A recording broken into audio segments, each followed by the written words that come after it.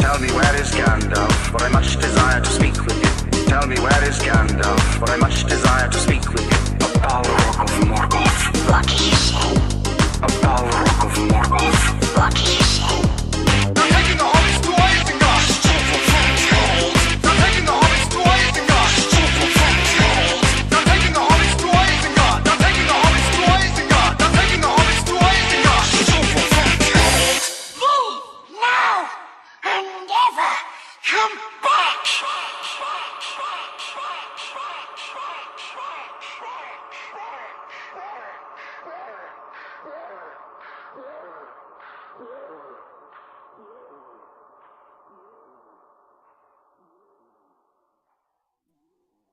Oh, hello, ladies and gentlemen.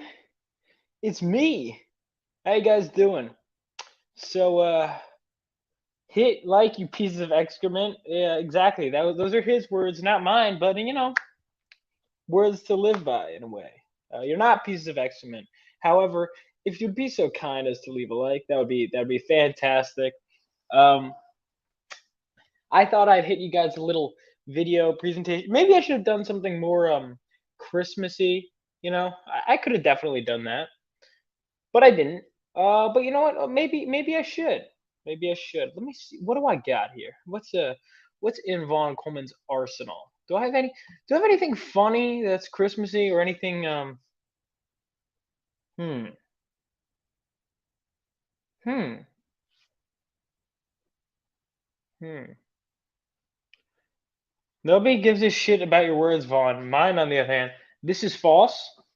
I would just like to say this is misinformation that Bobby is spreading right now, and it will not be tolerated. So, if you may notice, I'm in a different location right now.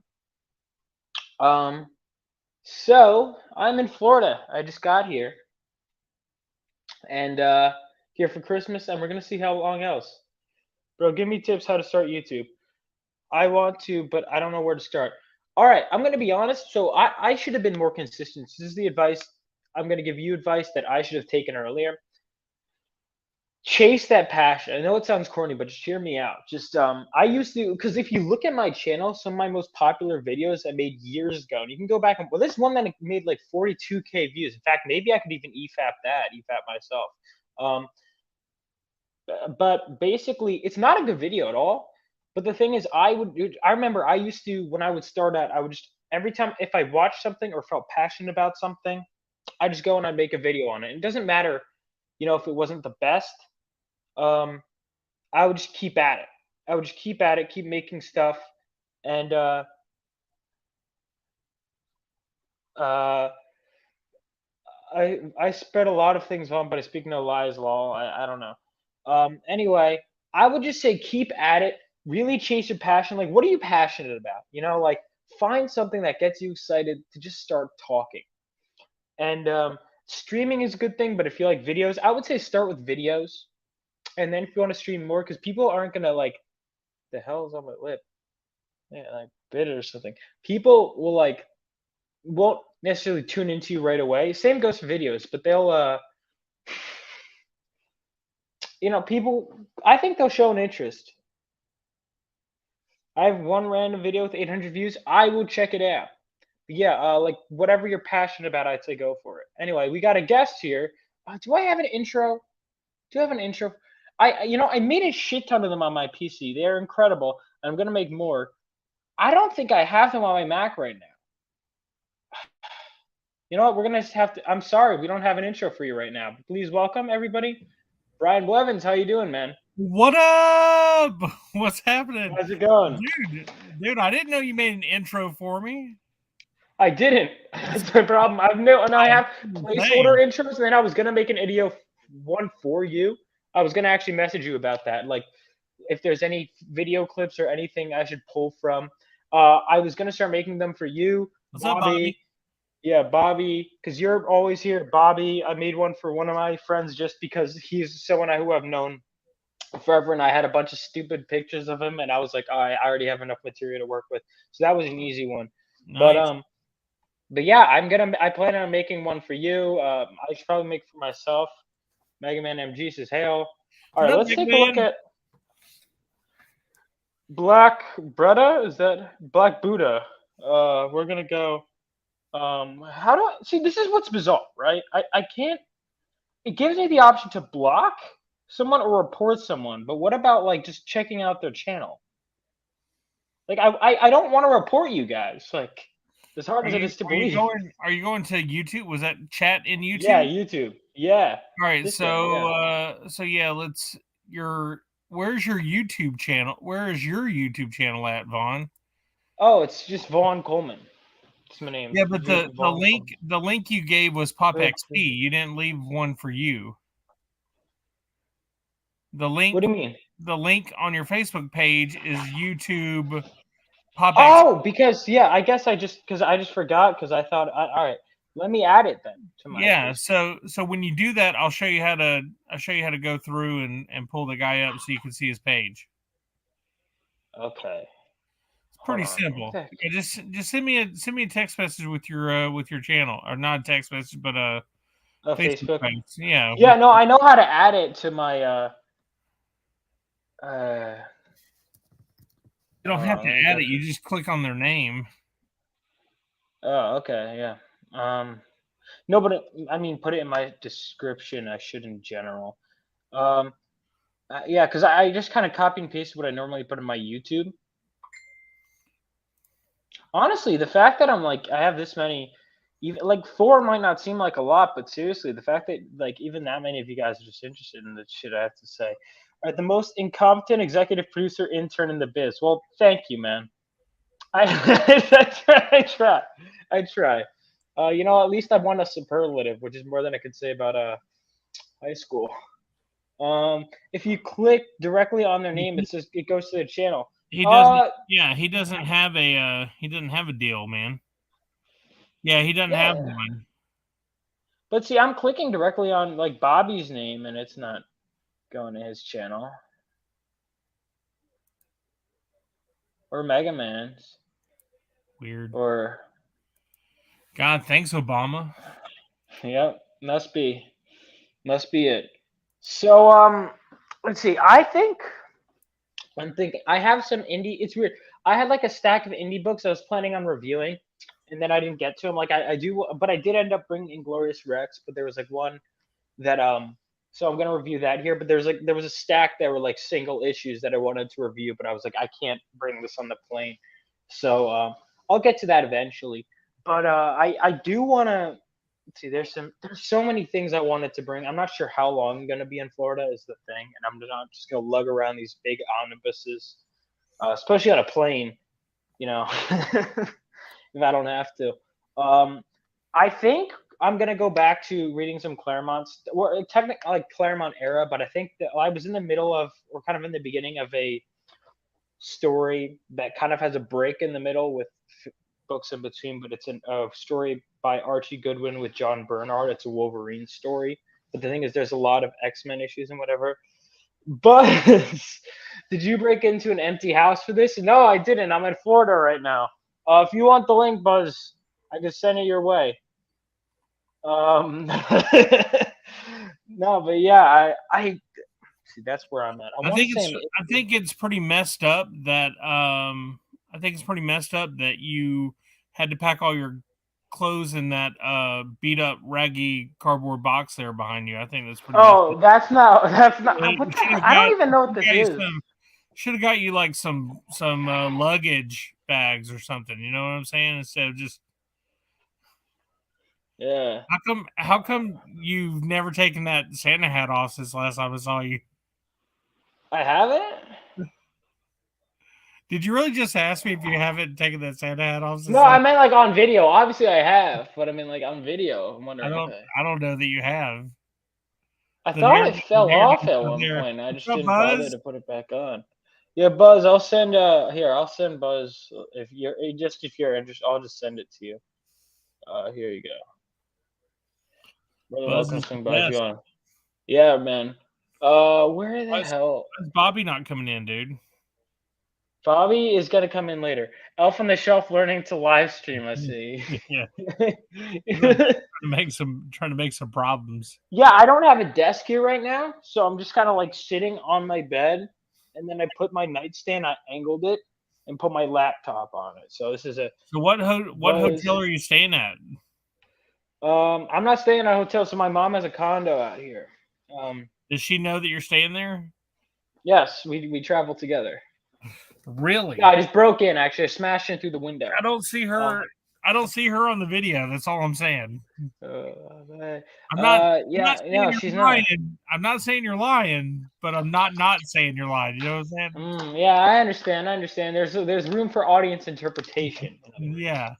Yeah, as a lot of things should be. You say that we're she's gonna- there, but from where I'm sitting, I don't see her. So right. I don't know to believe. Yeah. Believe what you want.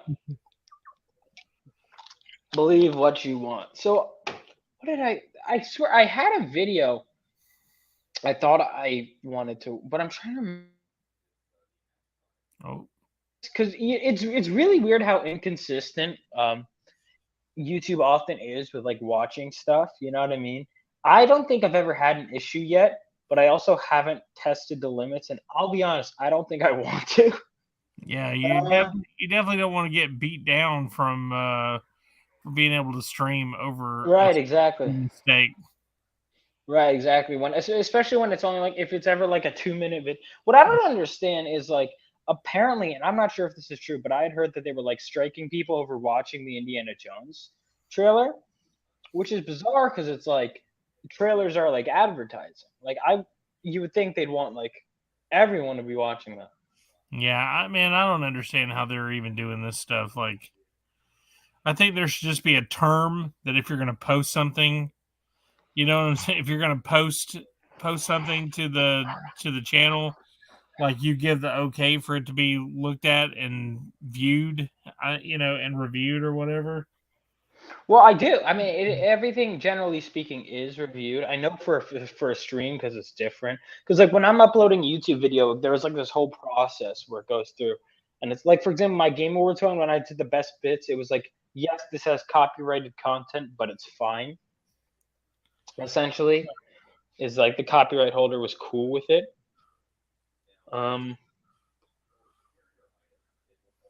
I don't understand how Bobby deleted dude's comment. Bobby, what the hell, man? You fascist, Bobby. Dictator. It still shows up on mine. Bobby, you know what? I gave Bobby mod status, and he's already abusing his power. That's messed up, bro. It's messed up. Boys, what's up? How you doing? Hey, fellers. What's going on, dude? How's it going? Sorry about that. Sorry, I was choking on something. It's all good. It happens to the best of us. How's it going? How's the week been? It's going. I had some family errands to run, like always, daily. Now I just got the notification from Vaughn, so I just clicked on YouTube. Yeah, from my YouTube channel. No, I know now just to go to your YouTube. Oh, okay. Instead of Facebook. So yeah. And then I see you sitting there all alone and sad. Sad. In an empty condo all by himself. That's how it looks. Come on, Yeah. think of it. Yeah, that's totally how it looks. It's just like it's just because I just came here. I'm like, oh, it's a nice room, but on camera it just looks depressing as hell. There's the cardboard there. Yeah. There's I don't have a desk right now, so I'm just like, it looks like I'm just sitting in. Yeah. It's like you're laying in bed. It's like you're all tuckered out, ready for a long night's sleep.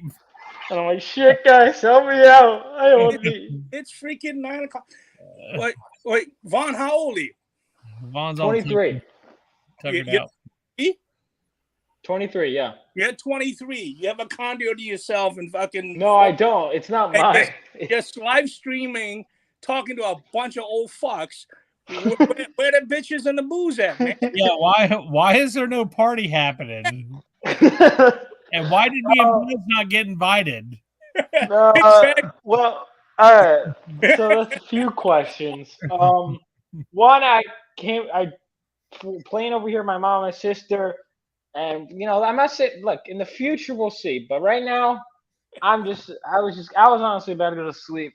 Well, not yet, not at 9 o'clock, but Vaughn, you're gonna learn, as we become better friends, never to listen to me. You'll get yourself.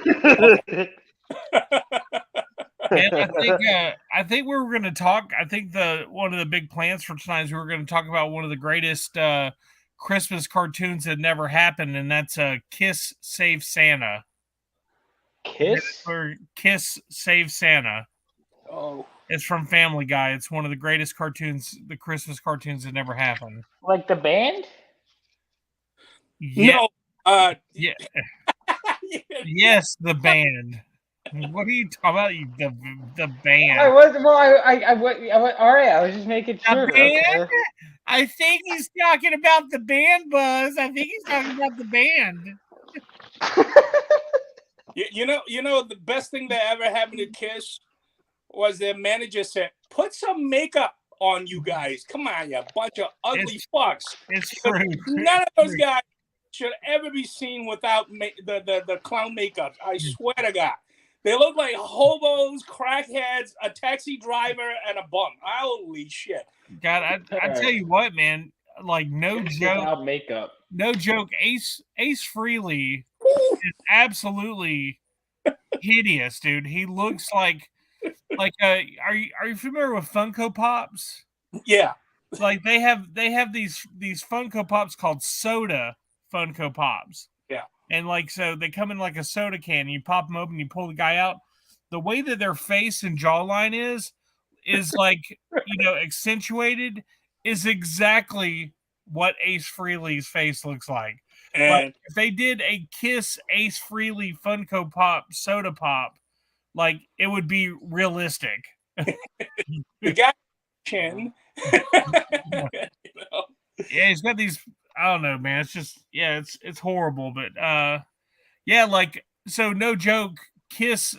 Well, they started without makeup, and then they put on makeup, and they did the Detroit Rock album, which absolutely killed it, and everything was great. They did, I think, 2 albums after that, and then they tried to do the 3rd album without the makeup, and everybody's like, "Nah, you need to put that makeup back on." Oh my God. Yeah. God. I don't think they're that bad. They're not that bad looking. Whatever. Well, I mean, the picture's like 24 years old. Yeah, Paul Stanley, who looks like your grandma now. And he would wear these 6-inch freaking lifts because he's short. And not as short as Peter Criss. No, Peter Criss is literally the rest of the band members are nuts over it. Yeah, that's short. But Gene is the only one that's actually really tall. He's 6'2", 6'3". But I used to see Paul. I went to High School of Art and Design in Manhattan, and that's on 57th and 2nd Avenue. And I used to see Paul Stanley all the time. All the kids used to see him walking by, and it's almost like he wants to be recognized or whatever. If you spot him, his face just puckers up. It's almost like you don't know who he is unless he's puckering. It's like. And then also Dee Snider, who used to live on Roosevelt Island. God, Dee Snider, man. Yeah, and he used to take the tram over from Roosevelt Island, and the Roosevelt Island tram stops at 59th Street, 2 blocks away from high school. So you used to see him all the time too. Yeah. And you want to know what's crazy is the persona of Dee Snider. Every time I saw him on television, MTV, TRL, the whole 9 yards, I never liked that guy. I was like, man, I don't want to have nothing. I don't want to even listen to that guy's music because I think he's absolutely horrible. And then, I kid you not, I know this is going to sound absolutely the worst, but man, he was on The Apprentice, like Donald Trump's The Apprentice, And man, that guy was just the bomb. Oh yeah. He was absolutely incredible on The Apprentice, and I was like, man, I gave that dude a bad rep because of damn MTV, you know? Yeah, he's his son, I think, was it Jesse Snyder or something. His son was in the comic biz for a while. He was writing some books and stuff. Jesse Snyder? Yeah, something like that. Yeah, I think so. Yeah. Yeah, he's the main guy behind the Snyder Cut, Vaughn. That's funny. Yep. Jesse Snyder. The haircut, not the movie cut. Yeah. Snyder haircut. We're just picking on poor Vaughn, you know. I'm used to it. No, well, that probably makes Evil Ernie. He worked on Evil Ernie. Oh, Snyder, yeah. I think that's yeah. He was an MTV dude. He was on one of the the MTV reality show. And then I met him in San Diego about 10, 12 years back, and he was trying to write some comics, and I think he did end up doing some stuff in comics, yeah. You know, I almost was one of the first VJs on MTV. Oh, really? I lost out, man. My parents let me go, so I went all the way to New York. The only time I ever stood in line for like a day and a half. Like everything was great. I was in the group before they split off into the 8th. Yeah, but man, like I was there with Dave Holmes. Like I never got to see Jesse, the guy who actually won. Jesse, you know, the Sideshow Bob guy before Sideshow Bob was really the guy who won. But man, Dave Holmes was awesome, and I really thought I was going to be good at that. But the names that Vaughn will need to Google later on. You know? Yeah, let's see. Yeah, I've already. Yeah, I gotta. Do you want to be a VJ? That was the first year, the year I graduated high school. Yeah, 2 things you want to do in the 80s. You wanted to be a VJ and not get VD. So you know. Not get VD. But it was so crazy because the day that I got cut was the day that NSYNC showed up from overseas to sing. Like they performed a show for all the VJs. And I was like I was outside. I was outside when they did that, you know, because they had the whole corner right there with Carson Daly and TRN. Yeah, it's crazy, but I failed miserably, and then went on to be a loser with the game store. So it was awesome. I was supposed to be on TV when I was 16 years old, and then. Oh, really? I almost made it, and then they blew up the space shuttle, and that was it. Wait, how were those? Wait, what's the connection there? Hold on, there's some missing context. I'll tell you. There's a story. I promise you, I didn't shit in anybody's toilet. I mean, are we talking the Challenger? I know that's Space Challenger and toilet connection, but no, this one doesn't involve me dropping a deuce in anybody's house. Oh my God, that Damn it. A short-lived news magazine program. I think it was called Beat Street or something like that. Brian Gumbel was the host, and it was in his first season. And they would go around interviewing, you know, people from New York, you know, famous people. Sports personality, and then they had a kid segment. So what they did was they interviewed me at Forbidden Planet comic book store near my high school. I was 16. They were interviewing because I was 16 and I was starting to work in the comic business. So they wanted to interview me about that. Hey, how's it feel to be young and, you know, a kid and, you know, starting to break in? And they did a little segment, and I was like, wow. And then when is it going to air? And they said, well, next, I think Tuesday, you know, and it's going to come on. And I was like, I told my friends, told my body. And then about an hour before the program started, they preempted it because the shuttle blew up. And then they never aired the program again. So that was it. Dang. So you missed being on the program? Yeah, no, they scrapped the program. Like, that sucks. Yeah, they never, because for the next month, you know, the shuttle blew up. So what are you going to do? You know? Yeah. It's like, it was worse for them, obviously. You know? It was a pretty traumatic. it was a pretty traumatic deal, dude. The yeah, shuttle. no, I know. I imagine. I mean, because they had what, Kristen McAuliffe on there, right? The teacher. Kristen McAuliffe. What year was that?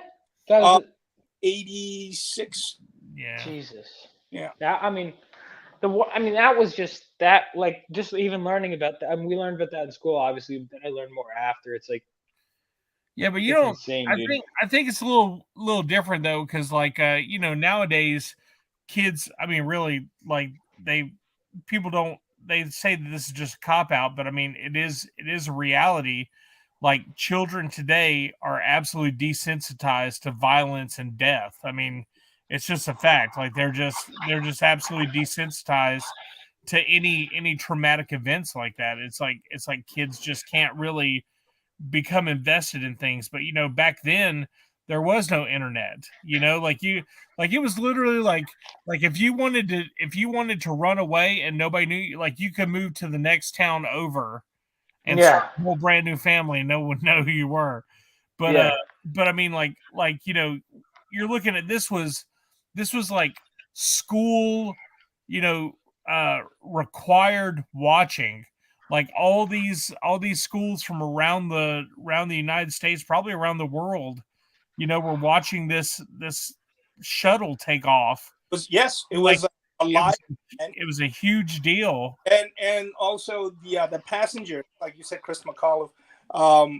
It was the row of astronauts that were on the Challenger represented so many different aspects. There was a school teacher. There was also a person of color, and there was an Asian. Like it was a big event. And the whole world tuned into it. Class. I mean, there were certain schools were picked to have viewings, closed circuit TV viewing for this, and so to see it live and then to see the shuttle go, blow up, it's like the entire world was in shock. I mean, yeah, it's because that was a huge campaign too with it, wasn't it? Yeah. It was like, oh yeah. I mean, oh my God, that was just. I do agree to an extent. People are desensitized, but even still, like I look at, like every once in a while, like I'll go down these like crazy rabbit holes, like, but it's like there's certain stuff where it's like still shocking. Like the JFK footage is still shocking, even all these years later. Just like I remember people showing it in class, and everyone still is like, doesn't matter how many violent video games you play, there's something different. But it's expectation of certain things, like in violence in films and games, are not like in real life. No, not at all. I think that's what it is. It's like it's animated, like the movies, and like this is why a lot of these kids go out there and get their ass whooped. It's like real fights in real life don't last an hour and a half. No, they don't. Not one-sided. Like you're gonna take on a million people by yourself either. Movies, it's like yeah, and there's no just quitting a fight. Yeah, like you can't tap out. There's no tapping. No, no tap out. There's no do over. There's no timeout. It's like yeah. But God, I was gonna say something. It was like super important too. I absolutely lost it. Oh, by the way, if you're wondering what I'm doing, I'm redrawing some big titties for Bobby. Okay, Bobby, you hear that, man? Yeah. Nice.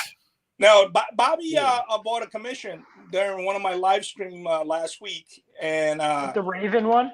Yeah, well, the thing I started drawing a Raven because I didn't look at the request carefully. So, and then I reread. No, he really wanted her to look real sexy. So, typical Bobby. Wrapped it, and I started redrawing it to make him happy. So he waited a week. Hear that? Hear that, Bobby? The dedication. Megman said today they're desensitized to the same things and hypersensitive to other stuff. The thing is that because people are being raised by computers with no feelings instead of teachers that actually cared, or like parents that actually were there instead of having to spend their whole life just working every single day just for their family to survive because of how much money we have to pay to live. Right. Like, There's no stay home mom or dad anymore. no, Well, absolutely not. and you know who babysits the kids? Their The smart. Their television, laptops, yeah. yeah, YouTube. I mean, kids would. Oh, Jesus Christ! Back when we were kids, we wanted to use a phone. We had to get 2 Dixie cup and a string. You know, it's like Yeah, like I mean, seriously, like YouTube doesn't teach people how to cope with their feelings. You know, No. when they're watching Or on their social tablet, skills. when they're watching their tablet and they find something that doesn't sit right with them mentally, they just keep it in because they don't know who to talk to, and they're just like, what's on YouTube, obviously it has to be fine. Like yeah. I'll tell you, there's this crazy deal, right? Like, so I played all the violent games growing in. Like, today we have Call of Duty, which is like absolute super hyper realistic and everything, but like back when I was growing up, we had games like Wolfenstein and and Quake and Duke Nukem, where it was like a first person shooter. Like, you really didn't get to see the guy's face. It was blocky cartoon. Well, because it makes you realize it's a game. Now, when the games are so damn realistic, now it's just like kids think in reality it has to be like this too. It's like but there's a movie with Liev Schreiber. kids expect like this hyper realistic stuff now. I mean, look, I go back to freaking Atari 2600. Yeah, right. And Yar's Revenge was the bomb. Oh yeah, well, I had a Pac-Man that was rectangular. It wasn't even round. The box art on the cartridge was so misleading. They have these beautiful illustrations on the box art, and then you put it in the machine, and it's just a bunch of blocks shooting little blocks at each other, and then we loved it. Yeah, absolutely. Well, what I was going to say is there's this movie that's basically a re-envisioning of an older movie called The Manchurian Candidate. Yeah. And it has Liev Schreiber and Denzel Washington in it. Yeah. Basically what they do is the government takes these soldiers and they brainwash them, and Liev Schreiber is brainwashed to be the next president or the next big senator, in which the government has full control over him. They say a phrase or something like that, and he goes into a twilight state where he doesn't remember anything, and he'll just do anything they tell him to. And over the course of time, like, he does like these absolutely insane things. Well, there's another soldier, which is Denzel Washington, and when they have them in this brainwashed state, they're all just like in this room, and one of the guys got injured, and the doctor says, Liev Schreiber's character, he's like, can you please do me a favor, sir? And he's like, can you go ahead and choke the life out of your friend? Yeah. And Liev Schreiber just goes, and he's like, don't worry, he's just gonna choke you to death. Just sit there and let it happen. And like the soldier who's really messed up and everything, Liev Schreiber just chokes him, and the guy dies. And then Denzel Washington's like best friend of the group was there, and he's like, hey, I need you to go stand over on this wall. And he's like, okay, and he's like, I need you to turn and face us, because Denzel Washington is going to take this gun and he's going to shoot you in between the eyes. And he's like, yes, sir. And he goes over and walks and stands on the wall. And he's like, please pull your pistol and put in one bullet, and I want you to point, and I want you to shoot your friend right between the eyes. And he's like, okay. And it's just nonchalant. He like puts the bullet in and picks up and shoots the guy dead, like right there in front of him. In this movie, it's a comedy. So it's a comedy. It's yeah. And then they play Atari afterwards. If you wanna, yeah, it sounds real funny. The original version was much better. Yeah, I was gonna ask about that because I have to see both. Which one of those do you think is better? The first one. Yeah. Well, you got Angela Lansbury and you got Frank Sinatra. Yeah.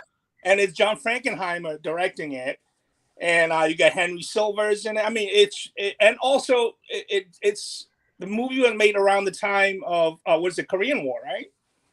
And 1962. That would have been after Korean, before Vietnam, I think. Before Vietnam, yeah. So, I like the remake, but I've seen the amazing performances in the original. And Lawrence Harvey, right? The who role Liev Schreiber played. Yeah. He played, and the character is more sympathetic in the original, you know. And so, Oh, Janet Leigh's in it too. yeah. Well, she's in a throwaway role. Yeah. Oh, and, okay. you know, she wasn't the main. But all I was gonna say is that like that was disturbing to me. Yeah. Like I'd seen all like that actually disturbed me. And I play all these other games, and there's really not a lot of stuff that really shakes me. Like I'm a scaredy cat. I can't watch horror movies or anything. Yeah. Oh, really? I love horror movies. Yeah, I can't watch it at all, man. I think it's just the tension. The build up is just something I can't handle. But like I have not felt like that way than I do with that scene I told you about, which really bothered me a lot. Natural, because it's not supernatural, Yeah, absolutely. So but that's why it's more frightening, because this is more reality based. And the fact is, what it is that these American soldiers were kidnapped and they were brainwashed and they were conditioned with secret coded messages that when they hear it, it's like it's a trigger, and they go into this trance and they follow orders, and they have to follow the order to the letter. Like they can't take it, they can't fight it. It's a mind control. So you could be, and this is how they test you that you're under the spell. Was that the two best friends, two soldiers, are good friends, and one asked the other one to kill him. And the one who's about to be killed is supposed to sit there and just take it and let the other one kill you. Like so, and it is frightening, that scenario, to think about it. Yeah. And Really. I haven't felt anything like that until I don't know if you've seen Jordan Peele's Nope. Yeah, Jordan Peele's Nope. Yeah, Jordan Peele's Nope. Which, by the way, Jordan Peele's Nope. Yeah, I've seen it. Yeah, I didn't really like the movie. I thought the monster at the end, I thought it was pretty cool when it unraveled. I thought that was neat. But I mean, the claustrophobic scene when they, spoiler alert, everybody, spoiler alert. Hold up, spoiler alert. When they sucked everybody up from Jupiter's flame, and then it showed them like in the kind of like getting sucked up, like what would look like an entrail or something like that. Yeah. Like, I don't know, that claustrophobia and the people screaming and stuff, man, it really bothered me a lot. Yeah, they're about to be digested. So, yeah. I mean, it was crazy. That they did something similar to that in the War of the World, the one with Tom Cruise.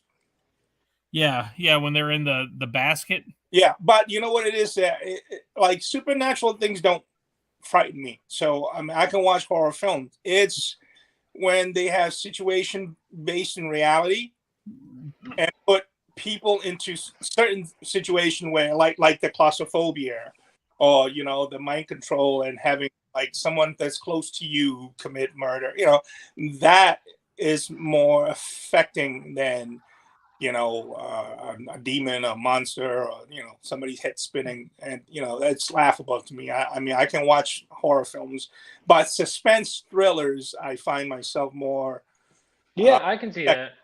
They stick with you more too in a lot of ways. I mean, it's something that could really happen. Yeah, exactly. That's the thing that bothers me, and man, like it's you can tell it's either getting worse and worse everywhere, or the news just really doesn't have a lot of stuff to talk about. Yeah. Because, man, it's like every day you're seeing how people are being found dead in rivers or shot or something like that. I mean, every day I see like about these murders that are happening in Little Rock, and I'm like, wow, like this stuff, like people are getting killed, getting like murked every single day around me. And like, I'm like, hey, I'm going to go read a comic book. All make sure stay away from Blevin. It's Little Rock. It's a way away from me, Yeah. No, it's still, I mean, it's crazy too. Just like, it's like, sometimes it sucks because it's like, like almost you feel bad almost, but it's like, you can't like if you look at every death or every horrible thing that happens, it's like, you're just going to go insane. It's just. Hey, Vaughn, are you sure you don't have like a couple of hookers behind that door, man? Want to go check? I'm sure. Yeah, I'm pretty sure. He brought a blow-up version in that cardboard box over there. You got me. Gotcha. It's Turned out to be one of those blow up dudes from in front of the used cars lot, right? With the With an wacky arm flailing, flailing. the wacky arm flailing, and very Yeah. inflatable tube man. What was I gonna say? Oh, have you guys seen Jacob's Ladder? Because that's kind of Yeah. has some of that Yeah, shit. absolutely. That movie. My screenwriting professor kind of spoiled it, but the ending is so cryptic that it's like, what does that even mean? And so when I was watching it, I was like, still like, what the hell? That movie is fantastic. It's as the Thing ending. Oh, the Thing ending is great too. Yeah. No, I don't know if it's that. I'd say it's in a way it's like more straightforward, but it's like you have to think about it, and once you understand it, it's like that's it with Jacob's Ladder. Whereas the Thing, it's more ambiguous. I feel like it's clear what happened in Jacob's Ladder, but you kind of need to figure it out in a way. But like the Thing, it's like you can try and figure it out, but there is no definitive answer, and that's it's ambiguous, and they left it up to the. But you know what? The thing is, they had a video game that is like equal to they kind of revealed it, but I don't. Yeah, the Xbox for the Xbox, yeah. But it's still one of my favorite sci-fi horror film ever. Mm-hmm. Easily. I'm a huge John Carpenter fan. It's brilliant, and from Ennio Morricone's music to all the practical effects, and every single one of those character actors were amazing. They did a fantastic job, from Keith David, plays Charles. And, oh my God, Keith David is so good. He's really, really good. And and Kurt Russell, probably one of my favorite roles that he played. But it's the thing is that movie still stands up. I mean, it's timeless. It gets better. I agree. Yeah, I watched it with my friends and they love it. Like everyone my age loves it too. If a younger person, a millennial, whatever, they see a movie like The Thing and Jacob's Ladder, I'm glad that your reaction to them is positive. Mm-hmm. Because they've seen other films since then that copy from or have sort of emulated. Because these are films that started genres and visual genres too. The whole shaking man in Jacob's Ladder, that effect. The guy shaking his body and their like face is all blurred. It was frightening the first time you saw that. Now you see them use that effect in every horror film now. I mean, same as the spider walk from Exorcist. They cut that. They cut that. Too scary. They cut it because it was too scary. And now it's like everybody's spider walking. Like there's just people spider walking down the road, like walking their. Yeah, I expect my dates to actually do that for me. Yeah, that's right. If they don't, we're getting a second date. Yeah, for sure. This is another good one. I love They Live. Walk or spit some pea soup in my face. Otherwise, we're done. Yeah. It's weird how life works. The thing is, They Live is another great John Carpenter. I came to kick ass and chew bubble gum, and I'm all out of bubble.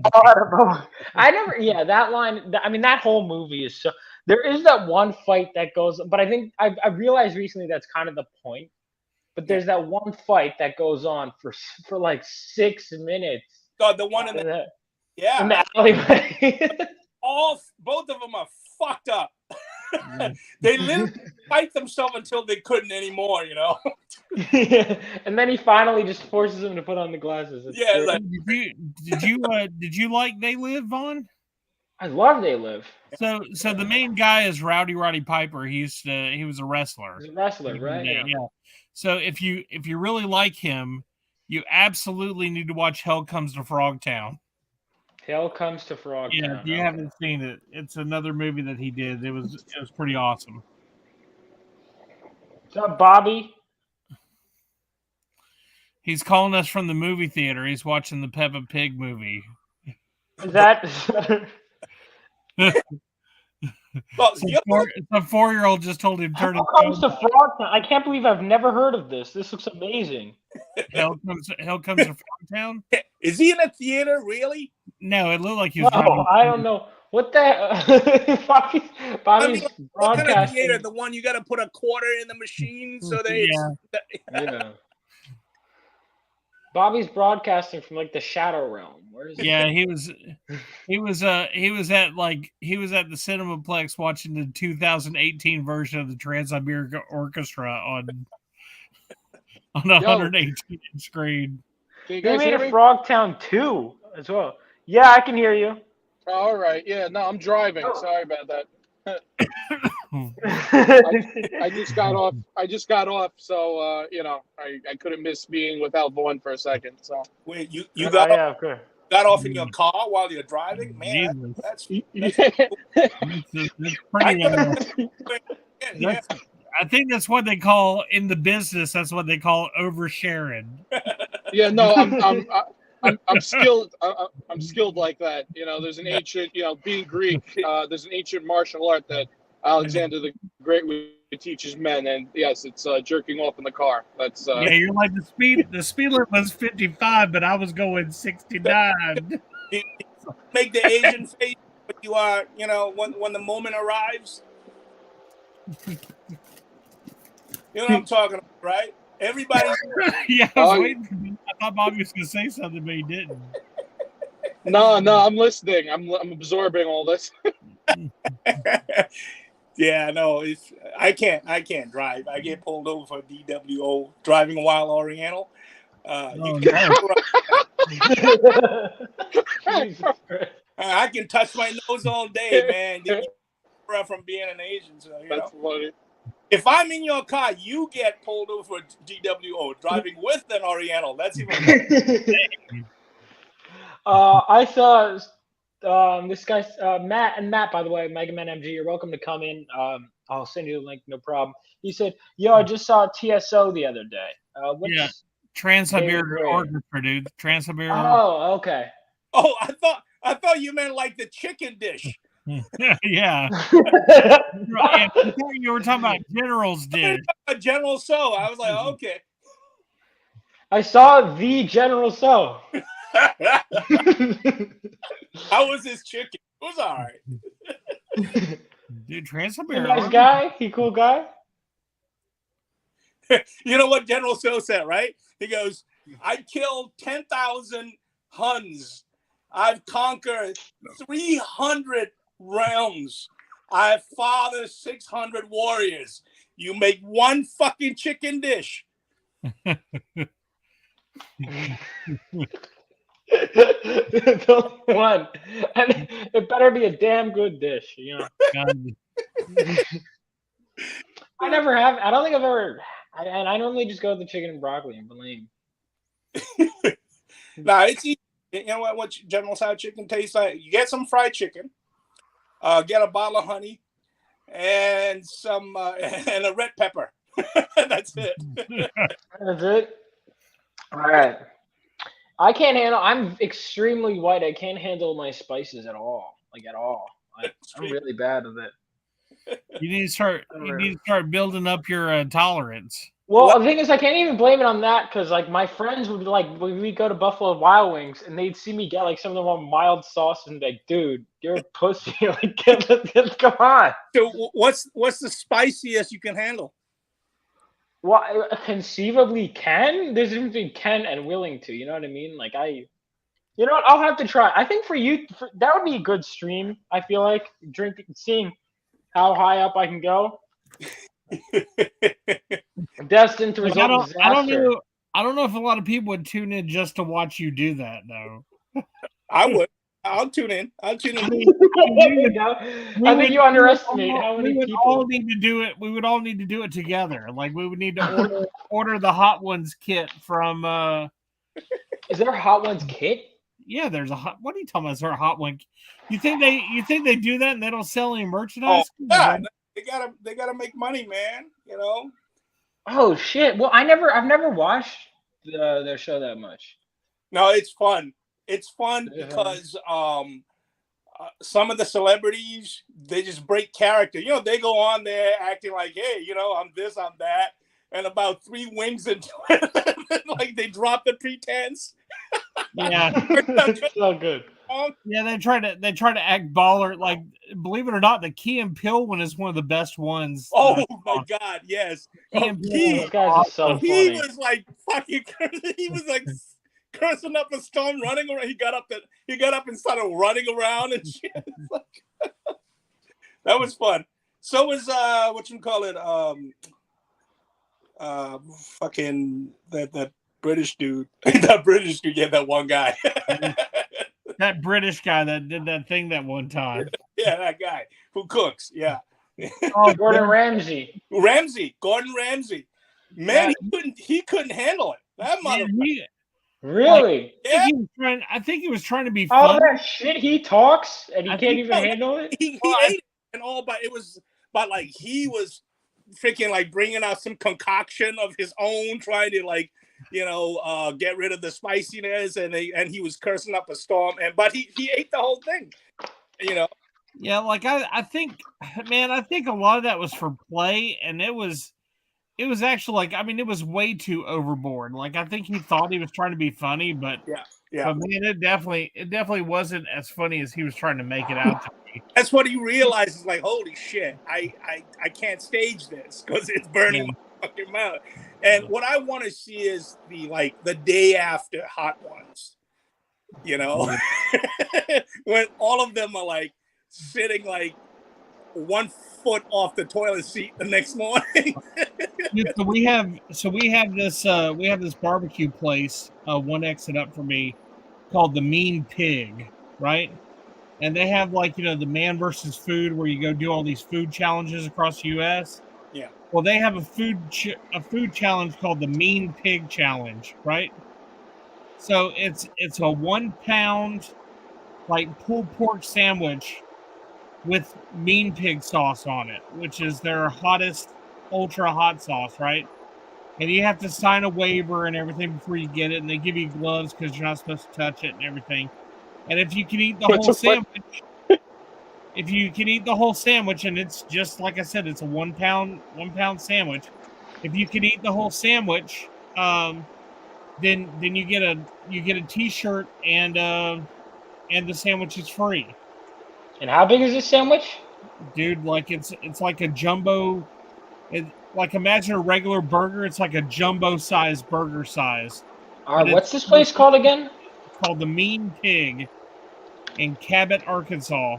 The thing is these food challenges, right? I mean, I've done a few, so I know. I've done a few where I didn't even know I was doing it because I was But certain things like these howlings, it's just gonna be a lot of pain. And eating is a pleasure thing, for me anyway. Dude, I love to eat. I'll pay for my meal. Don't make me fucking go through this shit. I'm just trying to relax. I'm just trying to relax. Do it instead of eating food. Like, how many whores can you bang in this brothel? If you can make Big Bertha make her eyes roll back and put on an old face and I'll crack the headboard, you don't have to pay for it. I mean, I'd rather take that challenge, shit. It's the John Holmes Memorial Marathon. Yeah. What was the? All right, I found the picture of the sandwich. Let me know if this is it. Hold on, let me pull it up. Investigative journalist Juan Coleman. Yeah, really? You'll see my hardcore investigation skills. Ready? He's like, tonight at 9:30, the Mean Pigs Challenge. Yeah. That was it. See my deep investigation skills. Yeah, he's got talent. Yeah, I'm a master. We're gonna. But yeah, so they have this the mean pig sauce, and man, like it will F your world up, bro. Like in which way? Like, is it hot or does it cause problems? Dude, it's nuclear fire, and if you do, and I feel like it melts your intestines, and it burns even worse coming out. Is what I'm saying. It's one of the levels called "I Hate My Asshole." Yeah, and what's really messed up is like so they have it set up. They have like a little thimble a little symbol of the sauce, right? So you can dip your pinky in and you can taste it, right? So I dipped my pinky in and I tasted it, and it wasn't hot or anything. I was like, oh, like man, I'll be Oh able to no. do that. I'll be able to do that. So they're like, you want to do the challenge? I'm like, yeah. We're gonna find out the thimble that they gave me was definitely not the mean pig sauce. Like Oh no. it was a rope a dope, you know. And I was the dope in that rope a dope. Damn. This kind of reminds me of this whole story about there used to be a place, I don't know if it's still around, called the Heart Attack Grill. And Oh, it that actually place was is definitely still real. oh, all right. Yeah, Yeah, because and there's it's still around, and people have definitely died at that place. it's so messed up. I'm I think glad. they give I'm you a glad free that is meal. hilarious. I'm like, people have died eating. You're like, ha ha I was like, Yeah, but it's ha ha like ha, death I and food. it's, No, I mean, like the fuck. I mean, look, it, the place is it's a called little bit. Grill, and if you see a place called Heart Attack Grill and you still go in there, eat the shit and die, you know what? You kind of ask for it. yeah, you know. That's No, what I'm saying. I'm go to with Tijuana Buzz.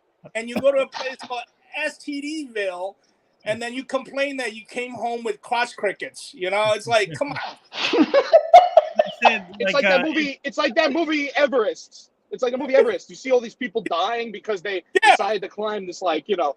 Yeah, it's like I didn't feel bad. It's you know you were getting into. I mean, you know, I'm not gonna feel bad And for you you. know, like, and you know, at a certain point up in the Everest, you have to like step over and you see these bodies in the crevices that they can't rescue, so they just left them to die. And you're like, oh, you mean that's, you know, you got a 50-50 chance. That's the other 50%. You know, it's like, Yeah. And apparently, you like, some come of the home. bodies just don't decay because it's so damn cold that they just, Oh, like, yeah, and they're, you still know, Oh, stay. that's horrible. frozen forever. Yeah. some of these guys have like fingers missing from all the frostbites and shit. Yeah. You know, and they still continue to do that. I'm like, listen, you know, there are certain appendages on you, especially from a man, that you're risking frostbite, and you may not come home with a cat. So I Yeah, don't I want to mean, take a chance. I don't even care about my Just fingers, but you know, if my dick is a little cold, I'm out of there. yeah. Well, it's just also like, just are you throw a gonna tube tell me sock that the over it. view, like, are you gonna tell me that the view from up top is like that worth it? You know, there's Well, no I way. mean, No, it's an ego thing. You can't see I nothing. guess. A big fog. That's it. yeah. Yeah. Yeah. I think it's kind of crazy too, because like there was a movie with Robin Tooney from The Craft and Chris O'Donnell, who was Robin in Batman and Robin, Yeah. and Where the hell has he been for the last like 30 years? on And NCIS Los TV Angeles. like one of those SUV, STD, whatever Yeah, the in NCIS Los Angeles. Yeah, a three-letter shows. Yeah. yeah, but anyway, so they had this movie where Robin Tooney goes up. They're going up to K2, which is like kind of like an Everest. Like K2 is a big giant one, Yeah, it's the second. and yeah, and they like she gets trapped. So Chris O'Donnell finds out that she's trapped on the mountain, and he's like, "I'm gonna go get her." So they get a group. They get a group of like 8 guys to go get and save the sister. Right. Well, like everybody ends up dying except for the brother and the sister. Spoiler alert. It's just like it gets to a point where I'm like, is it worth it? Did You he know, promise that? Did they promise the guys they get to bang the sister? Is that why? no, no. The only reason I would fucking go in that troop. Yep. You know, titled KY2, but still, you know. Yeah, Hey it's man, so it worked for Mario. crazy. Super Mario did the same thing, pretty much. And he still didn't get it though. I guarantee guys still a virgin after all these games. Well, that's the thing. Yeah. That's the thing. They made in this Nintendo game they sleep in separate bedrooms or something, Mario and Peach. I'm like, why do you have to do it? Why do you have to make them look so bad? Made them look like a He total, gets like, the kiss on the nose, like after 8 worlds. I find it interesting that John Leguizamo was complaining about authenticity, about Chris Pratt doing the voice for Mario, and I go, wait a minute, you got a limey and a Puerto Rican playing freaking Italian guys, Yeah. Okay, but a white dude making and doing a voice for a cartoon Italian is not good, right? Like, Yeah. what the fuck are you talking about? Yeah, like, yeah, it's really bizarre. Yeah, yeah, He's yeah. I mean, I still haven't seen that movie, the Super Mario Bros. Movie, but I kind of want oh, to. it's awful. It's horrendous, and Oh, I love it's it. so But is it fun though? bad. You have to No, see it. It's like it's no, so it is bad. not fun. You need to see it. You know what I I have heard is it's fun. Like it's just fun bad. Eh. Well, whoever told you that is a liar, and you need to quit talking to him. Dude, it was like, listen, I don't know. It would have been nice if something looked like something, you know what I mean, that I recognized from the game. Like everything was just so like, it looks like Mario. He's a little short dude with a bulbous nose and and just give him a mustache. He looks like it's either that or Danny DeVito, So yeah, It has Ooh. Dennis Hopper in it. yeah. Dennis Hopper's in it, chewing the he's scene. Bowser. Yeah, The Bob-omb is kind of like the Bob-ombs in the Mario universe, like little bombs with eyes. That's like as close as they came to like, yeah. I guess, authenticity. Live action Bob Bomb. Let's see. Bond's making a list of everything he needs to Google after the stream. No, I pulled it up. Wait, it's a Bob Bomb. Whatever you do, don't make sure to Google blue waffle. All right. Yes. Fuck no. Google lemon party. Not Google that. One. Google lemon party. Listen, man. I'm not in middle school anymore. You can't trick me with this shit. The lemon party one got me. I started dying laughing when somebody showed me what that was. It's so disgusting. You guys know, Don't actually look it up on. It's three I old know. guys I having know. an orgy. I know what it is. Just making sure. Yes. I remember. I think one girl had. I think my friends are telling me they got one girl to look that up during class. No. Blue waffles are. Oh, dude, Oh god. This I was like, oh, I wonder what this is. during the infancy of fast streaming internet, when Two Girls One Cup came out, man, Oh. getting everybody with that shit. By the way, Like people watching, don't look this up. yeah, except for like one guy, we were like, oh, we can get him. Like, he's like, hey, check this out. Clicking the link, and he's looking at it, and there's no fucking reaction. We're in a bar. What? He goes, I've seen better. there was a bunch of those. Like there was Goat Say, there was Goat's was the best. Two Girls, One Cup. There was Lemon Party. There was a Blue Waffle. There was the worst one of all of them, Tub Girl. Oh my god, dude, Tub Girl. I haven't looked that up, and I'm not planning on it. Jesus. No, there's one I did fall for. Don't forget the classic meat spin. Yeah. But that is all those. Everything you just said sounds like names of new wave bands from the 80s. Buzz, Yeah, did you have the same reaction I did when you first saw it? Because I just started dying laughing. Which one? That was mine. The Two Girls, One Cup? Yeah. Well, I screamed for a little while. Let's change the subject from this nasty shit. I'll tell you what, like Not only could I not eat ice cream for a while, I couldn't watch any movie with Scatman Crothers in it. Oh no. There you go, Scat. What's his name?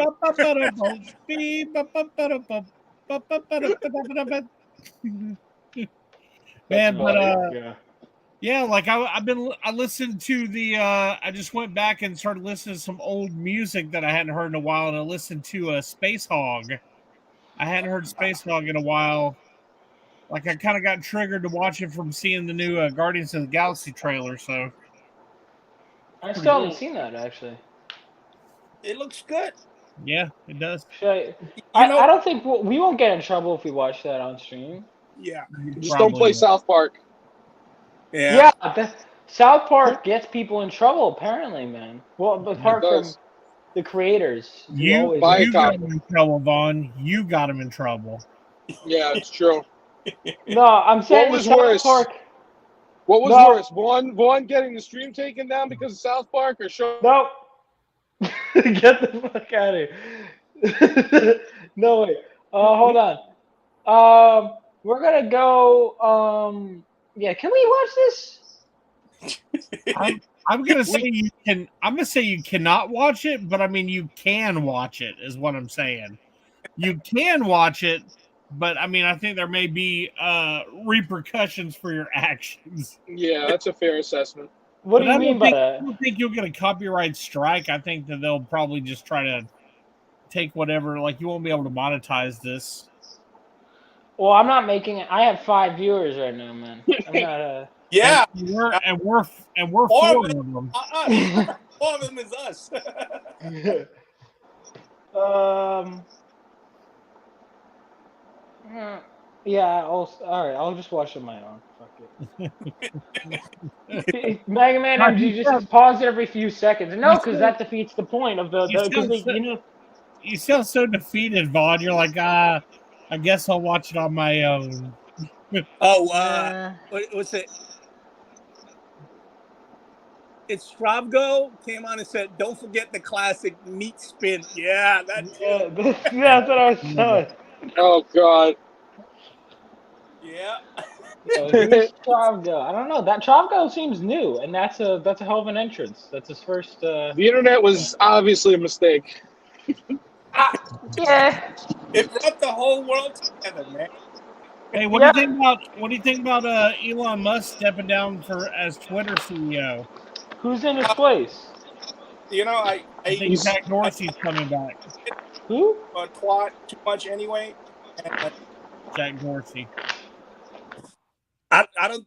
I think he was planning to step down anyway.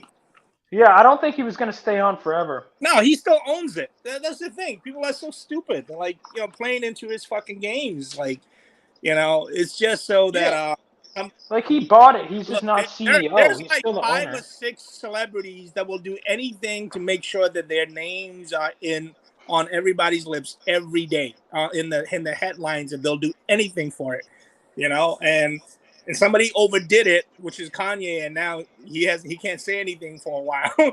Kanye kind of went off. Yeah. I don't know. I feel like Kanye is a little bit what's the word? Mentally ill? Is that the word? Yeah. I think that would be an appropriate word. Yeah. Well, it's 2 words, but yeah. The term. Well, there are some people out there that has never heard the word no said to them. Yeah. That's true. They started to think that, the world revolve in a different direction, Yeah. But I don't. Twitter doesn't do anything for me. I think it's the one social I'm barely on, and it's I'm there to troll. That's it. Every once in a while I'll just go in and say something funny, and then I'll just leave it alone. I just stay mostly on Facebook and Instagram because I can actually post stuff. Yeah. Twitter was too addictive for me. Twitter is that's another thing. Twitter is like very addictive. Yeah. The engagement. Plus the engagement. It's a great way. I made it so I could promote my shit, but like I can't control it. I'm a control freak. See, on Facebook, I've trimmed and I've down my friends list to people I can stand. Yeah. Oh, glad to know you can stand me. Yeah. Until and then I bounce your ass. But you'll see that my posts are basically just art and funny shit. Yeah. And that's it. I don't talk about politics or religion too much anyway. And basically just focus on it, and on art and bathroom humor. I want people to check out my wall to take a break from the other shit, Yeah. Absolutely. And that's it. And I try and stay away from that stuff too. Box and say something, but it has something to do with something that's affecting the artistic community or something, just to support my brethrens, and then the titties. Yeah. I can get down with that. Yeah, I'm basically like I also realize like at the end of the day, for example, it's like late in the day. A lot of people are probably working on like a Tuesday, and I just want people to have like an escape, like even when I'm entertaining. I like it too, but it's like that's one of the things. It's just like I've always wanted to entertain people, and that's really all I've ever set out to do. Yeah, I mean, I definitely agree with that sentiment. I think it's the best. So new subject, Vaughn. Quick, off the top of your head, favorite Super Nintendo role playing game? Go. Super Nintendo role playing game. Name one first. I Well, I can't. can name some, but I haven't played them. Let's see if you actually can name one that's real. Go ahead. Well, Super Mario RPG, Oh my Final god, Fantasy VI, that's All low. right. Oh, Final Fantasy VI. You're wrong. Secret of Mana. Secret of Mana is one. What do you mean? It is a game. Final Fantasy VI was on Super Nintendo, wasn't it? No, in Japan, Yes, it's on the Super Famicom yes. system. I thought no, because it's Final Fantasy III in the U.S., right? That's Final right. Fantasy So yeah. But it's considered no, but it's considered it is technically Final Fantasy VI because there is no. Final Fantasy VI was on the Super Famicom system. The Super Nintendo Entertainment System was only Final Fantasy III. Right, but it was the same game. It is technically Final Fantasy VI because Final Fantasy III was the true Final Fantasy III was, correct me if I'm wrong, that was a Japanese game. Yeah, well, I have no idea. All the Final I have Fantasy no idea. are Japanese games, bro. Yeah, I have no idea I know, what but I either mean you were only talking about, but I'm Japanese. gonna side with Blevins. You're wrong. He's definitely correct. Yeah, I have no idea what you're talking about, but he's definitely right. yeah, Well, then- 100%. Hey, hang on. If Final Fantasy III is canonically Final Fantasy VI. Final Fantasy III in Japan would have been Final Fantasy VI. That is correct. The game that is Final Fantasy VI in Japan on the Super Famicom system, not the SNES, is Final Fantasy III. I'm trying to open up a second window on my phone on to get Pornhub because it's taking me out there. So What? talking about This knowledge will help you get all the ladies in life. yeah, and like Puerto Ricans with okay. I'm trying to just think of something to talk about. Like, Funny is that I knew Buzz was gonna say that, and I was still hilarious. yeah, absolutely. I knew that at some point the female nudity and sex was going to come up eventually. Like, I knew that was Second happening. tab. I knew exactly where it was going. I was trying to fill the dead air porn with. Is porn is like my Benadryl, you know. It cures A lot of a people lot of say what. that. So, Oh man, that was so funny. I think it's that hat. but you know, I did like Mickey's Magical Quest on Super Nintendo. Does that count? Mickey's which one? The Puzzle Quest? No, it's called Magical Quest. Yeah, I love that. Yeah, that was a great game. And then they had what is called Knight's Kitchen or something like that. That was the other one. That was the little Nemo ripoff. But it's man, there's one of the greatest games I think that ever was created is Chrono Trigger. Chrono Trigger. Oh, that one I've heard is great too. That is absolutely amazing. Yeah. No, that's true. Chrono Trigger. Yep. I've been waiting for them to I want them to remaster it. Like they remastered all these other games, but they haven't. Like Square Enix has not remastered that game, and I don't know why. I played Final Fantasy VII about a year after it came out. Right. Right. I was living in Spanish Harlem, and I got Is that real? Yeah, I lived there for like 8 years. Dude, can I hold that thought? I just want to tell you, it's so funny that you say that. Like, for some reason, the Carlos Santana, this Carlos Santana song with the guy from Matchbox 20, like that song played like 20 times today in my YouTube deal. Whereas, imagine being in Spanish Harlem when the song came out. Up in Spanish Harlem, living a life just like the movie song. So, what was that guy? Rob, whatever from? Yeah, Rob. Yeah, I can't remember what his name. Rob Thomas. Thomas. So what happened was, there's a pawn store, not porn, pawn store, right. Spanish Harlem. I was selling some shit. I had some credit left over, and I see Final Fantasy VII for like $20.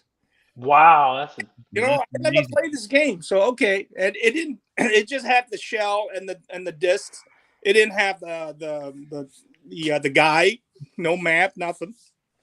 So my two friends, my roommate and his friends, we popped it in, started playing it, and we got really into it. And like we took turn playing, you know. We got so obsessed with it, and then the thing was, we were stoned out of a brain. Anyway, when the game start, you can rename the characters. Yeah. Yeah. We didn't know, so we gave him fucked up names like huge tits, big, tiny titties, whatever. And then later on, since we don't have the instructions, we got stuck. I remember it was in some fucking mansion with a fucking piano, and if you don't hit the right, you can't get out of there. See, if you know the game, you know what I'm talking about. That part was a pain in the ass because there was a random encounter every 3 steps. It was infuriating.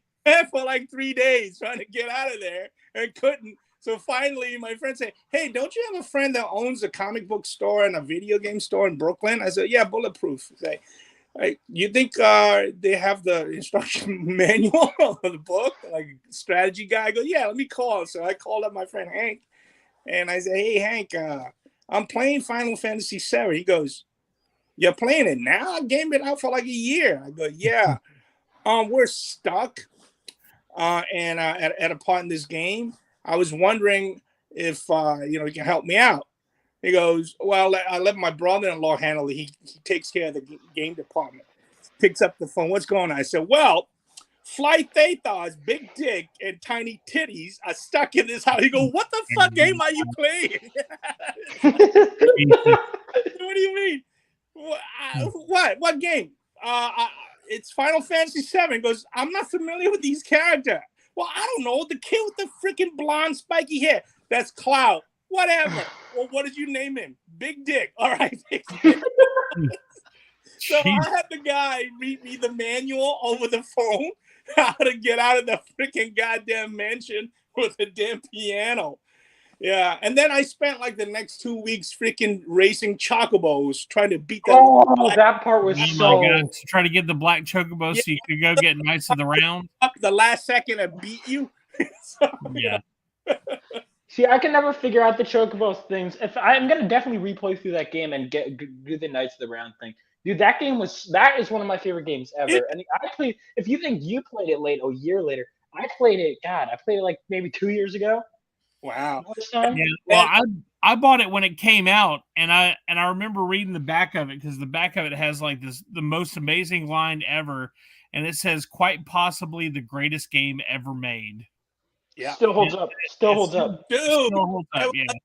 When that one chick got stabbed through the heart and Eris, Eris, yeah, whatever. dude. Yeah, Like, holy shit, man! There's some freaking real drama in this shit. Oh, and the cutscenes were beautifully animated. Yeah. And then they used Yoshitaka Amano's designs for the game too, so that was pretty brilliant. Yeah, I love the character designs. I think even to this day, they're all so distinct from everyone has their own like unique flair. They're all so instantly recognizable, even some of the more minor characters. It was groundbreaking. It deserved all the freaking accolades that it garnered. It was a great game. For me, because I knew the Aerith thing going in, it's just so like because everyone talks about it, like because it's just such. But what I didn't know was, and I'm not going to spoil it for people who haven't played it. Some of the twists in regard to Cloud, yeah, and his relation to Sephiroth, I was just like, I remember. I wish I was recording my reaction. I remember fucking slamming the desk and being like, "Oh my god! Like this is like just mind blowing shit." Like I was like, "No way!" Like audibly, like there was that game is so brilliant in its storytelling. I tell you what though, man. I mean, like Sephiroth was definitely a bad guy. Don't get me wrong, but I tell you what, man, he really doesn't hold a candle to Kefka. I haven't beaten Final Fantasy VI. I'm gonna play that on stream. Yeah, man. That is I hear he's a better villain, Kefka. But I do want to tell you this though, too. If you're really into those 2D role playing games, this game came out just recently on Nintendo Switch, and I wasn't gonna get it until I watched like a streamer playing it, And man, the game is absolutely amazing. It's called Live a Live. What is it? How's that spelled? Live, Live, a live, Live. Live a live. Live. Yeah, Live a Live. No joke. That's the name of it. And basically, what happens is you play the game, and you have like this samurai guy in feudal Japan. So you get to play as him, and you beat his story. Then you have this other guy, and you beat his story. Another guy, and beat his story. And then after you beat all their stories, like the game starts, and you get to bring all these people, and they all travel through time, and you use all of them to fight the game. And it's a pretty amazing game. It looks like it was. So was it never released in the U.S. before? Is that Yeah, what it was deal is? never released in the U.S. It was a Super Nintendo game, kind of like Final Fantasy VI. So we won't get to play, is what he's saying. We say what? We got to take Blevin's word for it because we can't play it here, right? It's not available. No, here. we can now. They just released on it. Yeah, they remastered it and put it on Nintendo Switch. What the fuck you doing? It's like you're telling us all this awesome game, but you can't play it. So No, I wouldn't have brought it up if it just came out on Nintendo Switch where you can play it. They remastered it in English. I can't play games anymore. It eats up my time because I get it does. It's time consuming. Yeah. So that I bought PlayStation 3, never opened it, sold it. Bought PlayStation 4, never opened it, gave it to somebody. I want to get PlayStation 5 just because it's hard to get. I just want to get one. Just go, hey, I got one. Dude, I have 4 of them. I have 4 of them right here in my room. Yeah, I think I played like Kingdom Hearts 2 on PlayStation 2. That was the last game I played. I bought a Switch, Nintendo Switch. I bought one for my friend and one for me. And there's been 3 games that I started, never finished. What games were they? Smash Brothers, Pokemon, I think Sword and Shield. Nice. And, the other one was Pokemon or Go EV or something like that, whatever. Oh yeah, Go Eevee and I Choose You Pikachu. Like there was 2 different. Yeah, I never finished the Pokemon. I never finished. I loved Sword, or I liked Sword actually. I should say love. I got the new Pokemon recently. I'm a huge Pokemon guy. Well, like Sapphire. Are you talking about the new Sapphire that just came out? No,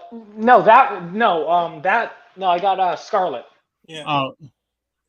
Well, my protege, she's in her 20s, and she plays these games, and then like she finishes them like 8 hours later, some shit like that, and then tells me about it. Okay, now I don't need to play it anymore. She finished it. I just okay, that's cool. It's just an expensive freaking paperweight now. Because if I get into it, I'll never get any work done. I barely get enough work done now, because I get involved in that shit. I remember playing freaking God of War, and a lot of it is because I'll just have the fucking character running around just because I want to check out the graphics and the movement. I get into the artistic side of some of these games, Mm-hmm.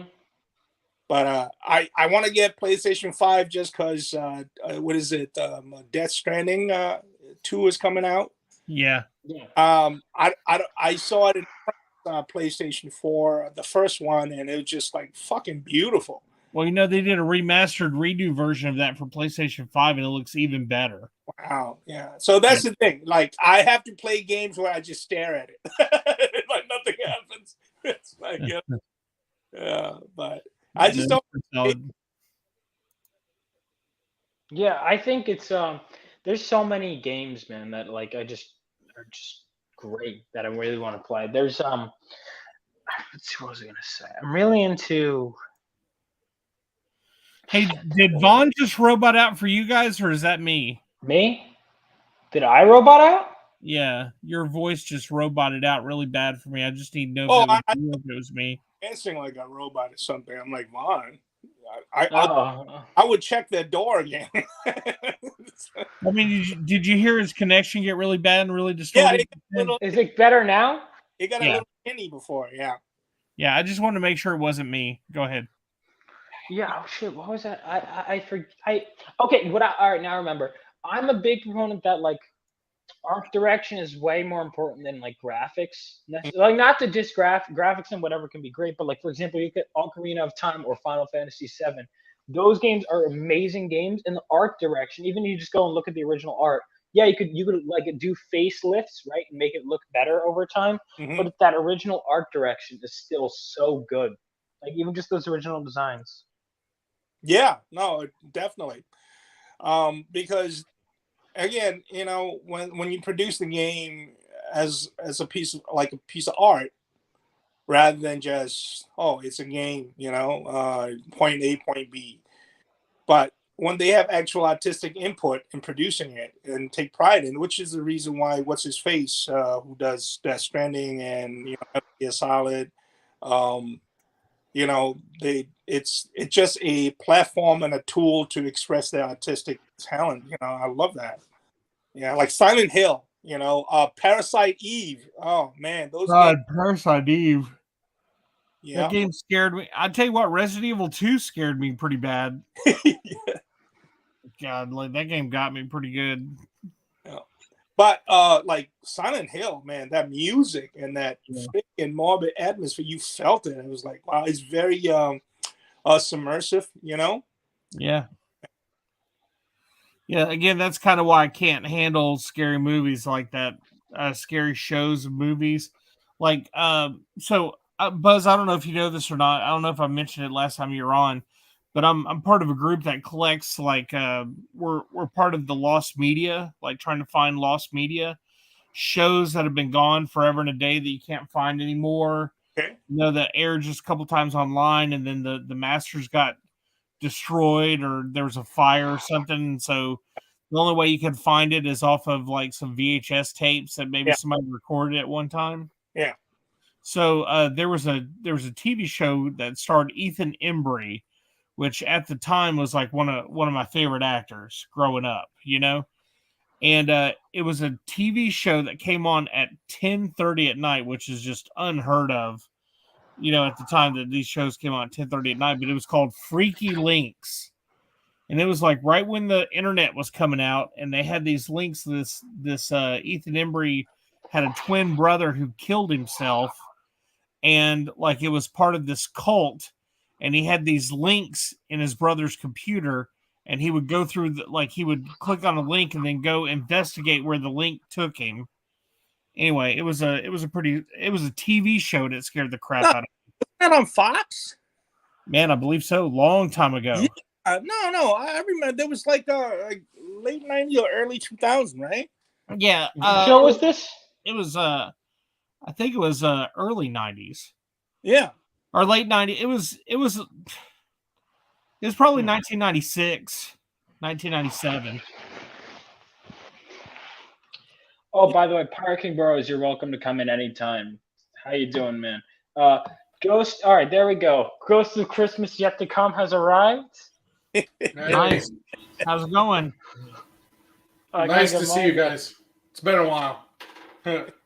How was it driving, darling? Yeah, It was all right. It was all right. I was hoping it's a bad thing to to wish. It's like, man, it would be cool if he gets pulled over while he's going live streaming. Right? we just keep the camera on him. That's when you get pulled over for driving while Oriental, and then the cop's like, "Can I see your driver's license?" I could be like, "Yo, officer, get in on this." I could turn it around. I could be like, "Yo, this guy pulled me over." He's like driving with the. He's like, who are you on the phone with? And you're like, my friend Buzz. He goes, that sounds Oriental. Like you're going to jail. Yeah, it's like what? I'm not You just sure take you that's how out. that works. Oh, We have a. the other thing too. I mean, I can't even say it anymore. I went to bed one night as an Oriental, and I woke up an Asian American, and nobody fucking asked me if it was okay. Now I can't even say it because some freaking non-Asian is telling me, that's not politically correct. I'm like, have you looked at my eyes? It's like, Yeah.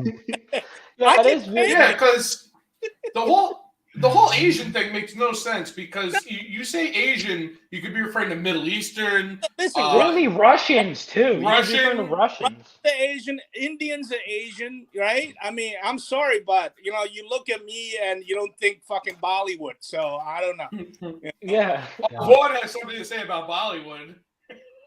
Oh, well, all right. No, I don't. But these. All right. So I made this video talking about what I thought was a Bollywood film because it was an. I'm still getting comments. I have over 1,000 views on that video, which is great. But Oh, is that the R&R or whatever the fuck that movie? yeah, it's a great movie. I left a great review saying I love it, and all the comments are like, "You fucking idiot! It's not a Bollywood movie." And Hey, they're all this shit. Let me go through them right now. I got more. Why is it not a Bollywood movie? Isn't it made over there? Well, let me have the commenters explain this Yeah. because apparently I'm a fucking idiot. It's But, so stupid. This is such a stupid nitpick. These people are attacking my poor boy Vaughn over. Yeah. It's ridiculous, dude. They are seething. Oh, because you called it a Bollywood movie, and they're like, no, that's the difference between a Bollywood movie and this. Exactly. It's like Trollywood, I think. It's a different genre, and they sing. Yeah, they're like Bollywood. There's no singing and dancing. I'm sorry, but this is gonna sound racist. So I'm not gonna say it, but you know what I'm saying. So there you go. Jesus. Listen. Oh, and you know what? Here's the thing. So when Slumdog Millionaire came out, right? It kind of legitimized and ever since, brought kind of notoriety to Indian cinema, the actors, and they started getting mainstream work here, So it was a thing. But that movie, I would consider Slumdog Millionaire a Bollywood movie, and they said no, but that's singing in it. There's dancing in it. That's a love story. Well, I mean, there are definitely trends when things take off. I mean, again, nobody wants to talk about it because it does seem like you're trying to be racist, but it's not a racist situation. It's in reality. Why do you owe it to anybody to do a fucking in-depth research, but you say something out of a pure innocent ignorance, and it's given, not fucking like pile on like a bunch of fucking assholes. So here we go. Start with mine, Vaughn. Start my comment. Right. So hold on. Hang on. First, these are great. These are nice comments, and you'll see it kind of goes down. Great review. Oh, these are so nice. Then, as it is Hindi language, but it's not a Bollywood movie. It's originally a Tollywood movie, which is based on Telugu language. As is many languages in India, so film industry is based, but all industries. Okay, so this one's kind of nice. It's not mean. I'm gonna like it, right? But they do. It's so good. Oh, there's Boros in there. Oscar. Hang on. There are a few that are like, it's not a Bollywood movie. Blah blah. But hang on, there's one that was like one of the earlier ones. What the fuck is a Tollywood movie? I never heard of that term either, honestly. Next time they do that shit, this is what you reply. Say, I just want to ask something. Are you shaking your head left and right a lot while you're typing this? This movie's from South Eventually, India. I hop in here too, and I take Vaughn's side. And Bollywood is gone now. It's not Bollywood. I think it's Tollywood. What WTF, bro? It's from dude. They're fighting each other. I can almost like hear them fighting each other in that accent. Oh no. Like one guy's plotting really bad, and he's like getting the guy's information, and he's gonna catfish him and make him fall in love with him.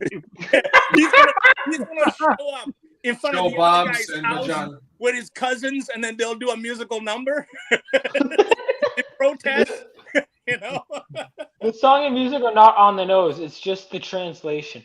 Okay. So all these people are correct. Which look, you're allowed to correct me. You know what I mean? I'm wrong. But yeah, you're definitely wrong in this. It's not Bollywood, bro. No, I understand that. There's this one. All right, this is the one. This one.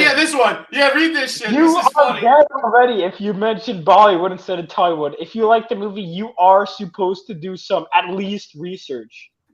And then I said, No. I'm sorry, geez, I just wanted to make a quick video. I should have done more research, though. Here And we he said, go. glad you understood. The research. Who's your daddy and what does he do? That's Bobby. The research was watching the movie. So shut the Yeah. fuck up. I did my research right there. And I said I liked it, you know? Yeah. I came in referencing, Kindergarten Cop over here, and Oh, I'm sure they've never I haven't even seen Come this on. guy. Good buddy. Come How on. does he do? Chill out, Who's bro. your I'm daddy Indian and what too. does he If do? you don't know, But you just have to correct say him. You what guys you are had just to do. grabbing his Who's neck. your Look at this daddy? guy. What does he do? Oh no! No, bro. Hey, I Look, made LKP. you do this. LKP. This guy defended me. Thank you, LKP. Nonsense. Yeah, It's a Telugu movie. It's too. not If he doesn't know- nonsense. I just Yeah, messed let's up. correct him. You guys are just grabbing his neck. Oh, okay. That says neck. I bet it's something else. It's such an. I saw an A. I'm like, you guys are grabbing his cock. I'm like, no. Yeah. Nonsense. Please make some research before saying it's spoiler. Dude, my entire review is so heartfelt. I'm like, this is such a good movie. And all of them are saying, you're a fucking idiot. Dude, I want to see the dislikes. Tell me the truth, Vaughn. Were you able to tell any of those fucking actors apart? Yes. Yes. It's like God damn. everyone had a mustache. The women had mustaches. The babies had mustaches. The fucking animals had mustaches. Holy Jesus. Oh my god! Damn it, We're all getting canceled now. We're all. what? No one wants to admit the truth. It was gonna It's happen like people eventually. fear so. for- Dude, this guy's coming from Twitch. Thank you, man. Taiwan movie. Thank you, yeah, Akira, that's what you it know. means. It means Taiwan. We'll talk about Taiwan. Oh, No. yeah. That was No, that's over. what that guy. That's what that guy. No, that's what that guy says. He says Taiwan movie. Is that what Hollywood means? I said, yeah, exactly. That's exactly what it means. Akira, you're the man. Yeah, I remember one time, I think one of my friends was talking about the movie Akira, and some girl was like, "It's Akira," and he's like, "I know, but like people." Oh no. Well, I mean, like if you want to be technical, it's Akira. Yeah, no, I know. I've seen the movie. They say Akira. Akira. They do. Yeah, and Tatsuo. Yeah. And yeah, Akira is barely in the movie. Yeah. Well, that's the thing. Akira, That's the point, though. Akira came out before the comic book was done. The manga was still going. Oh, really? Oh yeah. The I manga. know, same director too, right? Same Manga director, didn't same end until artist. 1990, and the movie was produced in 1986, 87, came out in 88. I'm a big Akira freak, so Yeah, I love Akira, dude. one of my close friends. Says Jordan Peele. He wants to make a live action Akira movie. Yeah, I hope not. I would trust Peele to do that film better than any of the other Hollywood producers and directors. I think Peele will get it because he's a fan, But Yeah, he is. He did the Akira slide in No. My friend and I looked at each other like, yeah. I have a friend named Joe Peacock who is a writer, and he also collected and had the most extensive collection of cells from the Akira movie. Oh wow! So much that he used to have like a roving kind of a museum. He would do these gallery shows at conventions where he would bring them and have a little, exhibit. He donated all of them to the Oscars, Academy of Music and Arts and Science, so that they can be preserved. So now they're part of the Academy now. But yeah, and he got to meet Otomo, and and when we met online. I was buying some Akira cells on eBay, and he was an underbidder and contacted me, and turned out, and he found out I was a comic book artist, and he knew what I did, and then we became friends. Nice. But we did some research on them. I love that film, and I know everything about it. So this is how Awesome. got into Hollywood. That it was the first Japanese animated film where the production was done more like a Disney film, where the voice track was recorded first before it was animated, so that it syncs in lip sync in movement in Japanese, which was never done. Oh, Usually the Japanese animes are done where they did the animation and then they do the voice track. That's why oh their wow. movement is just open and close, you know, and they never really match. But Akira, if you watch it, Ultimo didn't want this movie to be dubbed in any language but Japanese. So, Oh really? yeah. Oh, so I fucked up. Yeah, no, From the wrong it version. became huge, and of course, then they had to do it. But the dubbing isn't bad. But if you see it in Japanese, Well, the original dubbing was the yeah, redub, like in the the early the 2000s, is original, great. the Japanese language version, the mouth movements are perfect to the Japanese, and it was the first time, and it was also the first time Japanese anime did 12 to 24 frame per second in certain scenes Nice. to show smooth movement, which is something that anime didn't do before. Anime just used to do anything anywhere from 8 to maybe 12 frames, you know. So And that's this was how many frames a second in Akira? Because I know it's a high. I'm sorry. How many frames a second was Akira? No, some of the frames are 24, which is a Disney. Yeah, and it was all hand animated, so all the cells are done. You know, The so one scene where he's assembling the arm, and it's like oh yeah, every tendon, and oh my god. continues and the piping. Yeah, no, it's going. Yeah. Hey guys, I have to go to bed because I got to get up early tomorrow. But thanks a lot for having me on. Buzz is as always. It's awesome. Bobby, Yeah. You got it sucks we didn't get to hang out longer. And Vaughn, thanks for the invite. Always. I'll definitely jump on again. But you guys have a good night. And hang on, do you You have too, anything you want Blevins. to promote? Evan. Just promote Pop XP, man. Yeah, so the Pop XP, you can find them on For life. YouTube. It's me, Brian Blevins, Billy Tucci, Niall Scala, and others. A ton of great comic book people and just comic book content and just nerd content in general is on there. Make sure you check it out on YouTube. The Pop XP, it's great. It's highly recommended. Anyway, all right, seeing you, Brian. Absolutely. See you later. See you, Buzz. Peace. They can't number. See. Hey, this guy. So we got a new fan from Twitch. I don't know how you found us, but yeah, there is a Discord actually. I made. I'm gonna. But yeah, dude, I'm glad it came about. Sorry, let me go back to some of your earlier comments real quick. So this guy said, my friend watches Boku no Piku unironically. So apparently, I've been told everyone would fuck with me and told me to watch this show, and I still don't look it up, but I just know it's probably something weird. What? by anime standards. What? Why do you think it's weird? I don't trust it, man. He said, don't look it up. So Okay, don't look it up then. all right. So all right, that's kind of in theme with what we were talking about earlier. I got Char's Counterattack, or is it Char's Counterattack DVD signed by Michael Kobsa, the voice of Char, a few years before his death. Well, does that ring a bell for you? I have no idea, What? but it sounds cool. Who's that? Char's Oh, Counterattack? Wow, that's cool. I mean, I don't know who the hell Michael Kops is, but the character Cha, and I'm a huge Gundam nerd, so Cha's Counterattack was the end of the first Gundam storyline on all the characters, you know, Mobile Suit, Zeta, Double Zeta, and then Cha's Counterattack. And recently on Netflix, actually, they have a continuation from it. One of the characters' son carries the story over a few years later, and it's beautiful animation. I think it's called Mobile Suit Gundam.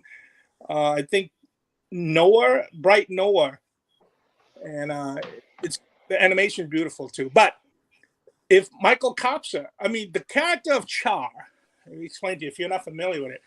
He's the villain in the original Gundam storyline, but he's really charismatic. You know, he's like Darth Vader. You know, but he's so cool that there are more fans of that character than the main, you know, protagonist.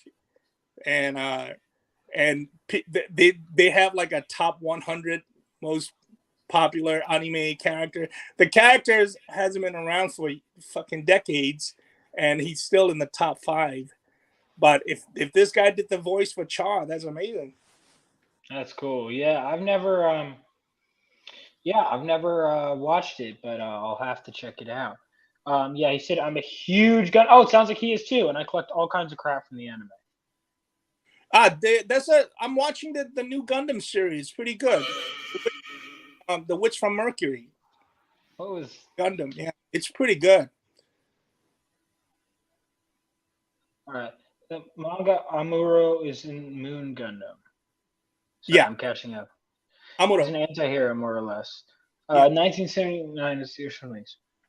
Nice. Witch from Mercury is awesome, is what he Yeah. said. Okay. Yeah. I've never seen Gundam. I've seen Evangelion, but I haven't seen Gundam yet. Well, no. Well, Gundam is like Evangelion without the masturbation, the freaking like sadness, and lack of hope.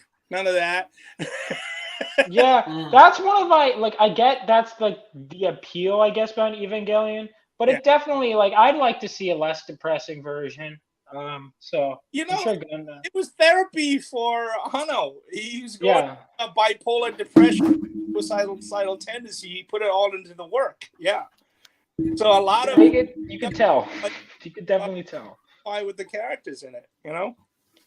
He Yeah. was like the original simp. Oh, what a legacy! A legacy. But he had a robot, so there you go. Yeah. It's like that robot chicken joke where this guy makes a robot and it's like, his AI, it can make rockets. Like it's the most advanced robot ever. And he fields questions from the reporters because it's like a scientific demonstration. And the first reporter asks, "Yeah, but can you fuck it?" And the guy's like, "No." The guy's like, "No." And then everybody just leaves. They're just so disinterested. It's funny that the new Gundam series, Witch from Mercury, it's the lead character hero is a girl, a teenage girl, right? So it's got a lot of this kind of trope from more female-centric anime, but the characters are so well written that I'm a 53-year-old man watching this and I'm completely fucking enthralled and invested in the character development. It's really well done. Yeah. Yeah, all right. I'll have to check it out. Witch from Mercury. Is that do I have to watch all the other? Yeah, they're only up to 10 episodes. But I'm saying because this is Mobile Suit Gundam. You can watch Witch from Mercury without watching any of the other series. Just if you have a general knowledge about what Gundam is. The idea of Gundam is that overpopulation. Earth had to find a way to send people to outer space to find other places to live. And so they built these cylindrical artificial planets called sides, and they spin so that it creates artificial gravity, then people live in it, and so hundreds of years, whatever later, next generation of people are born in outer space in these sides, and they're trying to break themselves free of Earth, kind of tethered to Earth bullshit.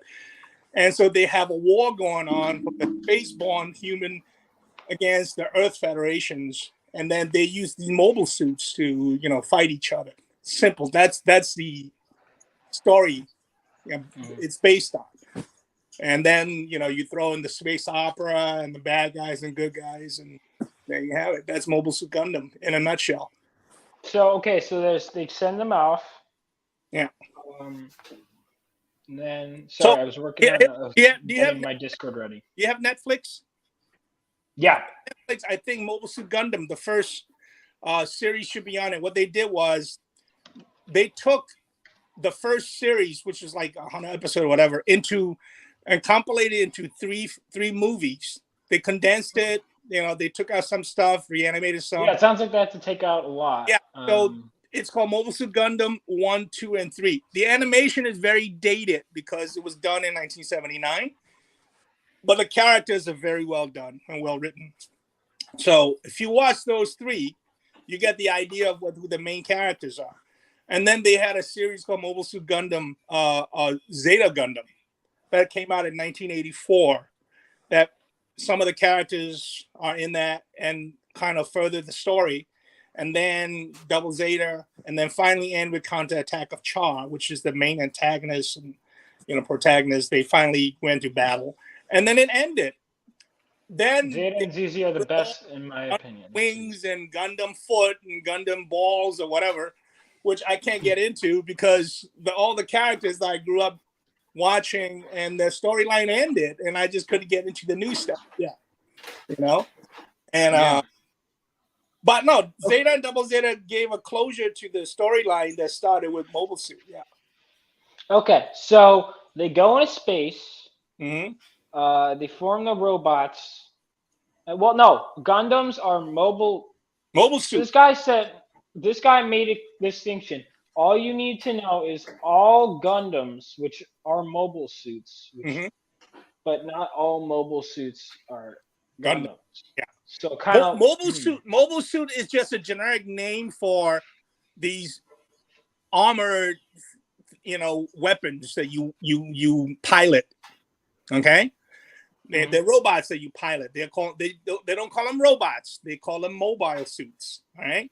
And then in the mobile suit, there's a series called Gundam series. It's just the name is called Gundam. They have gun tank, gun this, gun that. But the main prototype, the big daddy of all of them, is called a Gundam. And it can only be piloted by this one kid. Because I guess the programming in the robot is all accustomed to him, And the bad guys, they also have mobile suits and they have different designs, the Zaku's and Rick Diaz and all of that. So you can tell the good guys apart from the bad guys pretty easily, because all of them have a similar design and a similar color scheme, so that you know that this is the good guys, Yeah. And so it's like Transformers, kind of. Yeah, but but you just gotta watch it. Okay. I'll earn my geek fucking badge again. Then it's just too embarrassing. All right, I gotta take a recharge. Okay, Buzz. Well, Buzz, is there anything you want to promote? So Buzz is a comic book artist. For those of you that don't know, if you want me to, is there anything you want me to pull up, Buzz, or anything you want to shout out? Let's see. Well, and let me put my best Whatnot stream on Whatnot. That's Buzz, your stream is great.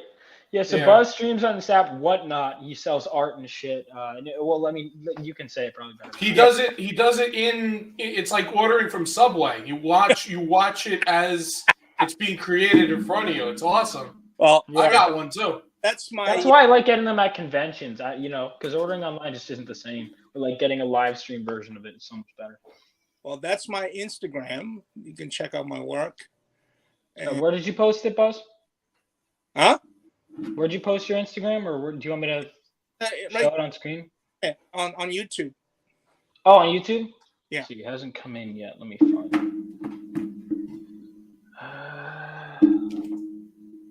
I'm looking for it on the YouTube chat. Bobby, do you see it? Look at latest, because there's something weird going on with the YouTube chat. Is that what's going on? Is it doing the thing where it's like, we want to make sure you're preventing spam? Is this what this shit is? No, go where it says top chat and go to live chat. I'm doing that, live chat. What the hell? Why isn't it there? Female nudity. Post it in the live chat, or did you comment it, or? Wait, hang on. That's weird. That's my Whatnot. I just posted.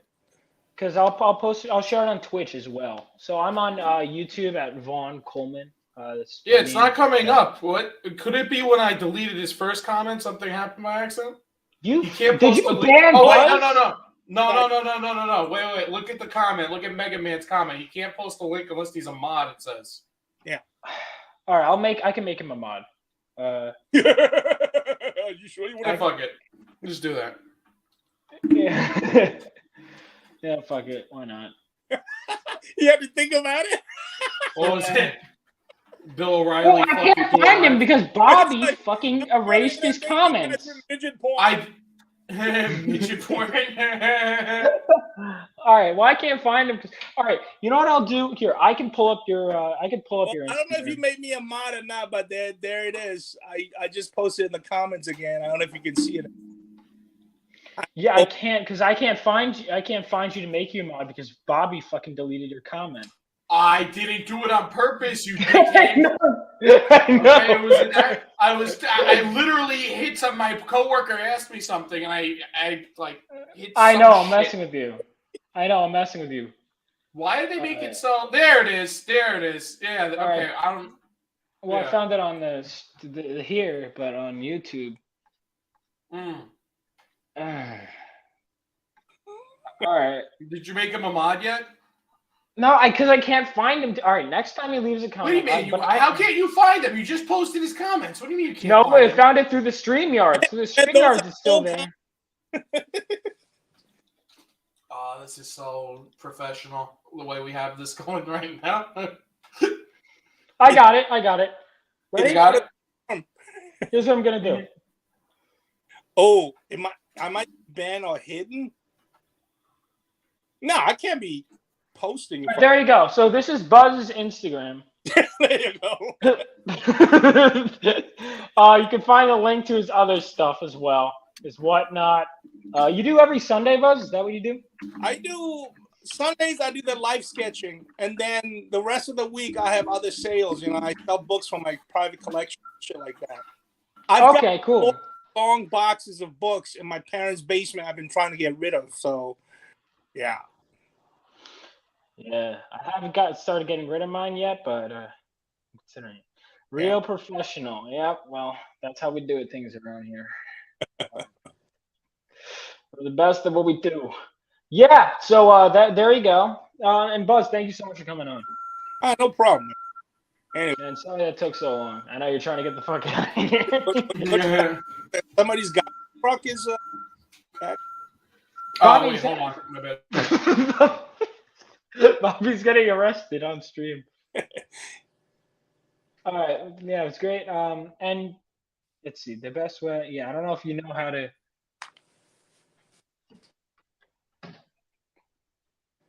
All right.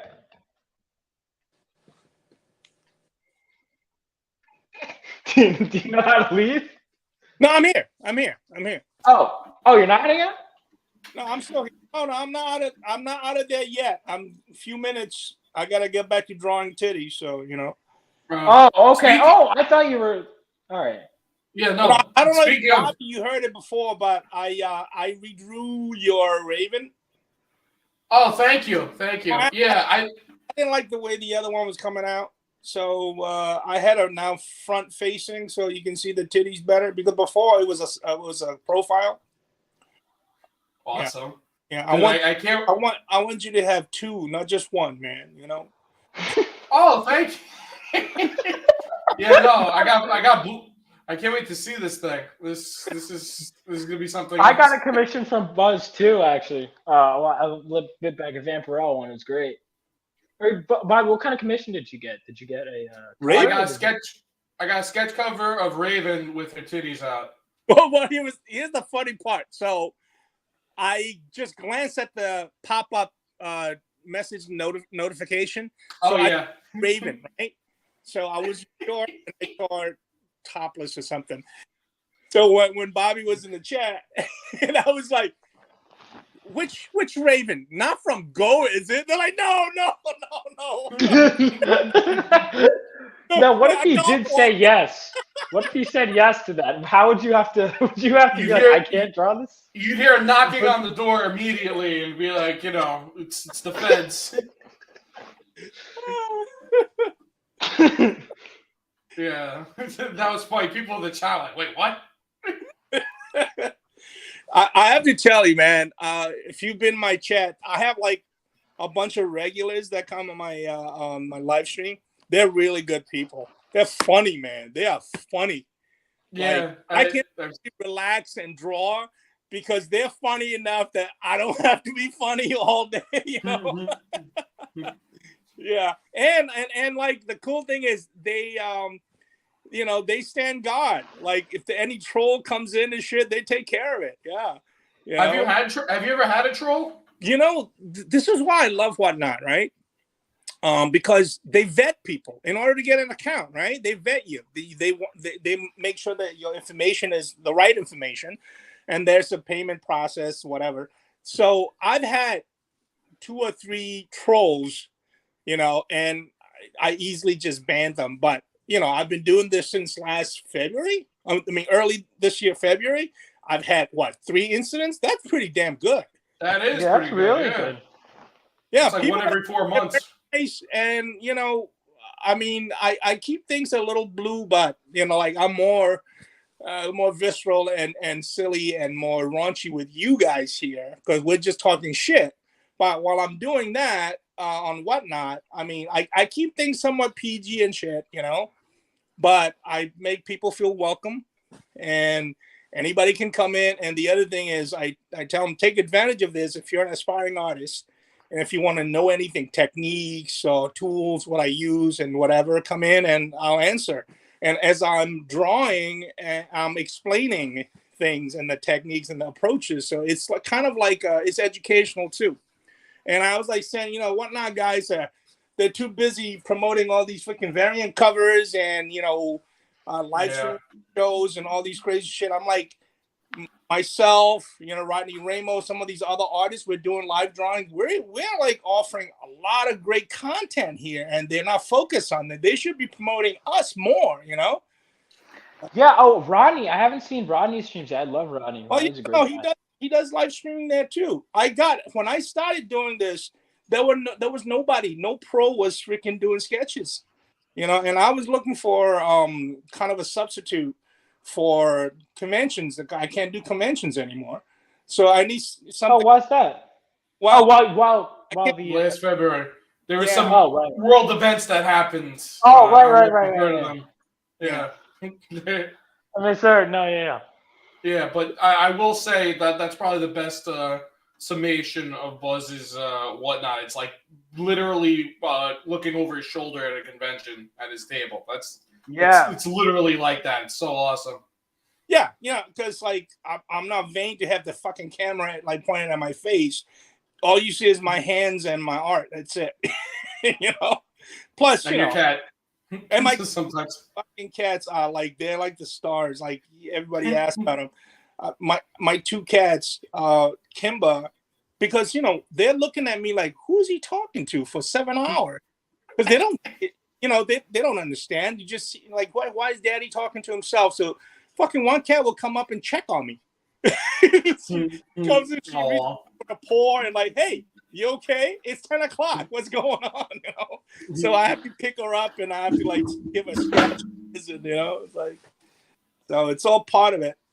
But what I do like is that I've got regular people that comes on there, and they sometimes have my show on streaming in the background, and they're doing their thing. So it's like I'm giving them it literally somebody called me fucking Bob Ross, like Buzz Ross. Like it's like watching Bob Ross, except he cusses. So and then the best part is you can play real music in the background. Oh, really? Yeah. Yes, that's true. That's a yeah. Wow, that's a big advantage. And that's a huge thing, man. Because I wish Facebook was a little more laxing in that. Because I loved it on Facebook, but every time I try, they would either mute me. They used to mute you in the rebroadcast. Now they mute you in live. Yeah, they're freaking crazy fast. Or they'll freaking just turn off your stream. I couldn't do it. And I'm just every week trying to get people from IG and Facebook to just join Whatnot so that they can come and hang out. But I talked to GalaxyCon people today. Galaxy, yeah, they have a lot of shows. The owner is a friend of mine, Mike Broder. I used to do all their shows pre-pandemic, and they just joined Whatnot, and they've been doing sales stuff. I spoke to him today, and I said, Mike, I've been doing Whatnot since February. He's like, yeah. I said, yeah. So let's do something together. Because I can't do his shows anymore. Usually what I used to do is I used to do their variant covers and stuff, show specials, and I signed them at the shows. So that revenue is pretty much ended because I don't do the shows anymore. So now I'm thinking I can do that again. What he'll do is I'll do the exclusives, and I can actually sign them live on Whatnot, do some remarks and sketches, and people can actually purchase them, So it'll be like me going to GalaxyCon, That's cool. So wait, if he's still here, Kira said, "What?" Yeah, I just How much? Wait. Yeah, How yeah, much we is can. Tom's from Buzz? I might There want you to go. get something. So you got a new fan, it seems like. He's Well, here. you know He's what? here. Follow me on Instagram. You can message me there. You know, Yeah. because Message him that's on the Instagram. price. But if you actually have Whatnot account, Kira, yeah, if you actually have a Whatnot account, this Sunday, Christmas, I'll be doing live sketching, and you can actually get some stuff. But otherwise, So cool. yeah, follow me on Instagram, and you can message me, and I'll give you all the info. I don't want to spam it here. So plus, Uncle Sam's always watching, so I don't give out my price info. All right, his Instagram is. Let me find it. All right, I'm gonna. Should I find type it? Maybe. Actually, you know what? Let me type it in the chat. Oh wait, See- he's on Twitch. Shit. I did. No, it goes to all of it when I do it. Oh, all Let me right. know if you Well, see it. Buzz oh, underscore V underscore artist. yeah, Vaughn just posted it. We got to figure out what's going on in the chat. Yeah, you fucked up, man. No, I'm kidding. Oh man, dude, don't make me feel bad now. Followed. All right, boom. You just got another fan. Oh, that's cool. And then Yeah.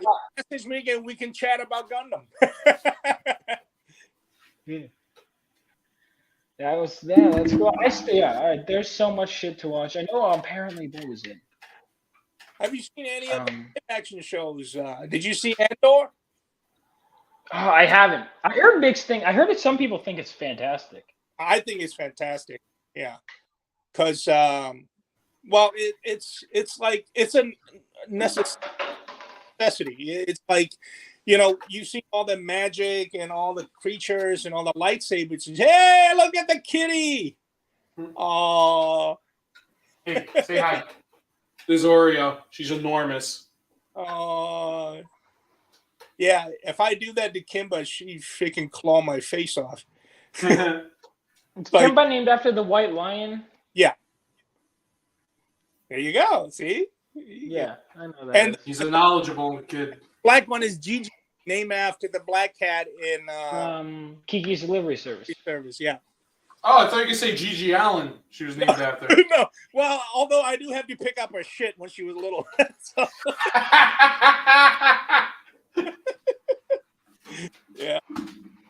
Now, I've actually seen Gigi Allen in, live.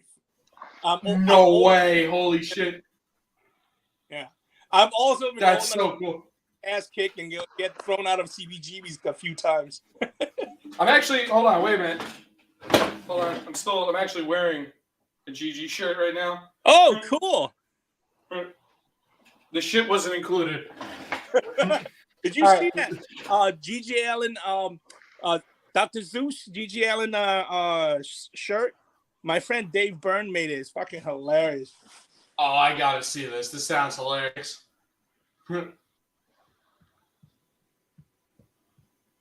But no, Andor kind of explains how the rebellion started.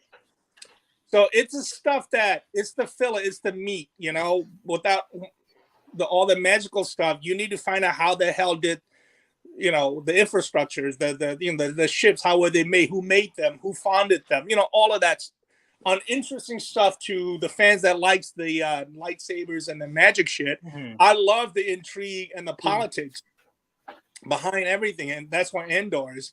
And just if you've seen Rogue One, up until the very end with Vader coming out like a badass, the whole movie there wasn't no aliens or no lightsabers. Yeah. Right? But it was all human interaction and character development.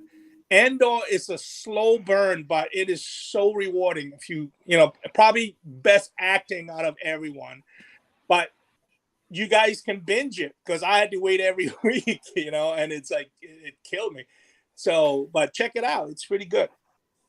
But if you went in there looking for, oh my God, Boba Fett, that was a horrible fucking series. Yeah, I heard that series is no good. No, you know what it is? This mysterious, cool ass, badass bounty hunter with one fucking 6-episode series turned him into a fucking dud. So much so that his first appearance in the comic book dipped in price. Like, Oh no. yeah, Really? you take away the Oh, mystery of who Boba Fett is, you take away the character. It's like, and it was this so whole bad. thing was mysterious. Yeah. Yeah. Here's the thing. I never watched Boba Fett, but from what little I heard, they basically tried and did a poor job explaining who he is, and therein lies the problem because the whole mystique of Boba Fett is that there's a lot of unanswered questions with him, and that's Yep. what made him cool. It's the same thing with like Wolverine. Like, you don't need to know everything. That Right. origin story was so stupid. Like, why did they make that? His name isn't Which one? James. Get out of here with that shit. Yeah. You know, leave it as Logan, and we're okay with Logan. Fucking, I don't Yeah, like. Look, what Barry Windsor Smith did was enough with the weapon. exactly. Just leave it at that for another 20, 30 years. I don't need to know anymore, but it makes the character more interesting that way. Same thing with Boba Fett. They turned him. All we knew about him was, collectively, he was on screen for maybe 7 minutes in all 3 movies that he was in, right? Yeah, it's true. Yeah. He shows up, he doesn't say shit, and then he fell into a big fucking fang vagina in the sand. He did. Although in the version I saw, it had the thingy,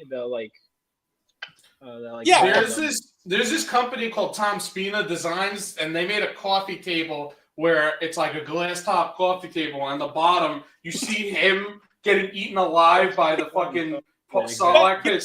Where they got the idea was in the comic book, he crawled out of there. He survived it. Yeah. But the comic wasn't canon at the time.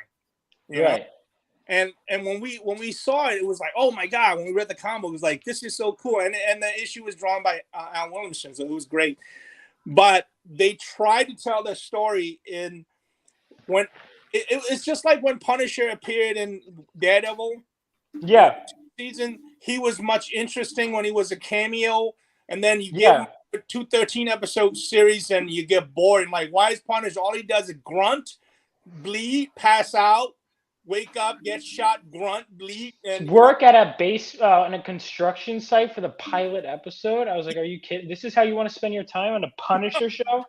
And so Boba Fett, when he appeared in Mandalorian, you're like, because Mandalorian was a show made because they couldn't make Boba Fett. So they did Mandalorian. Right.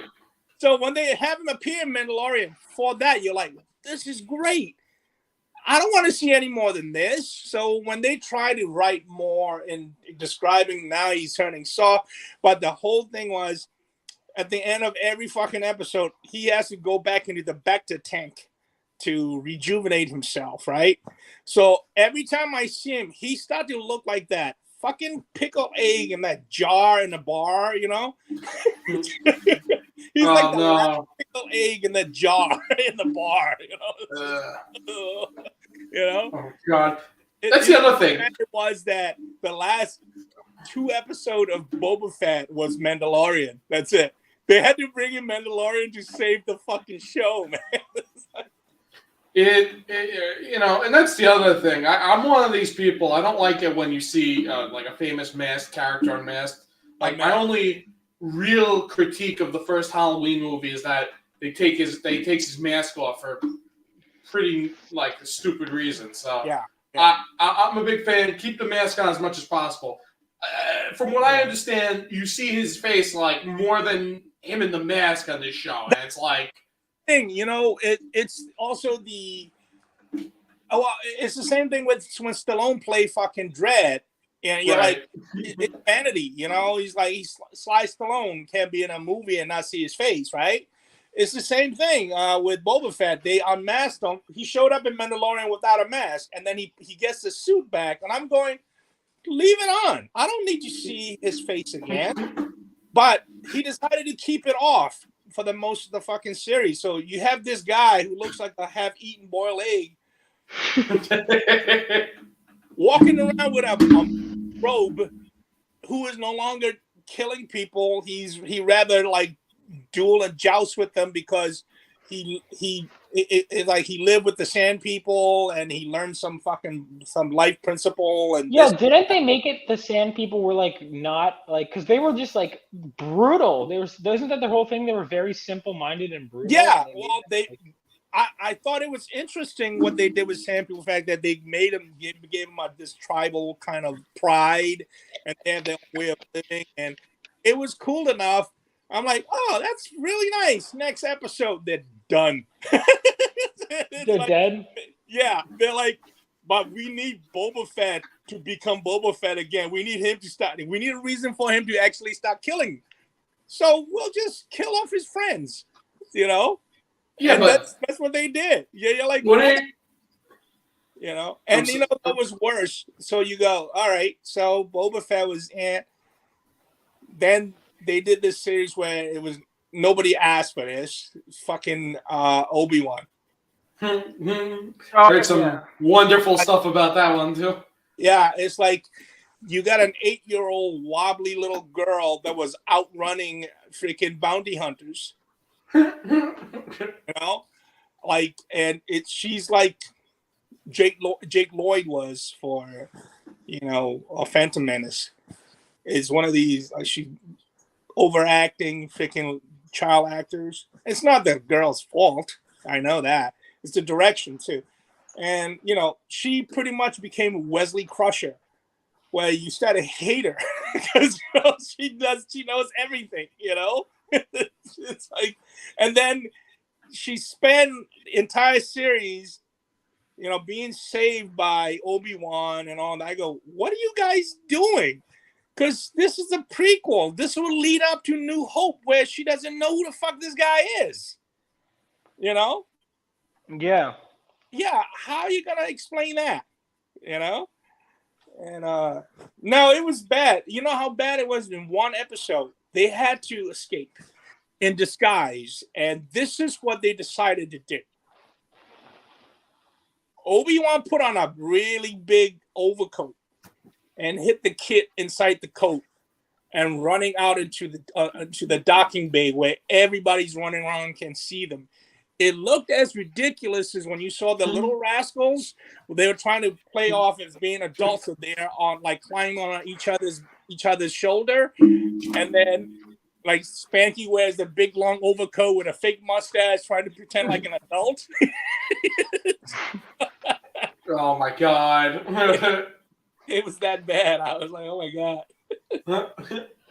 So So Star Wars is always retcon. Very refreshing surprise, because none of that goofy shit was there, so I enjoyed it. Dude, the first 3 movies are like always being retconned, constantly. Because it was the only 3 good ones. Exactly. So Think about that. Well, they kept going back to the well and see what can we do to tap either into it or out of it. You know? Yeah. Yeah. The last 3 sequels, every film, and there was no, well, you know, you got this. Ryan Johnson came in the second one and decided, fuck it, and then just undid everything the first one did. And then they had to bring the original guy to come back to fix everything. And it was all fan service. It was just bad. Yeah. Yeah. Well, if you count the in-between movies, there have been like, what, 12 Star Wars movies, and only 3 of them have been good? It's like it's a very low batting average. Right? Yeah. You know, I mean, New Hope, and you guys want to hear another story? Yeah, of course. Sure. Sequel trio fucking sucked. They really did. I agree. Did you shit in George Lucas's house this time? No, but I got Mark Hamill in San Diego Comic-Con 1994. Oh, wow. Nice. Okay? If you want to hear this story, I'll tell you the story. Go ahead. So San Diego 94, San Diego Comic-Con. I was there, and my friend Sal Abernanti was there. Sal is Alex Ross's agent now, and Sal is also an artist in his own right.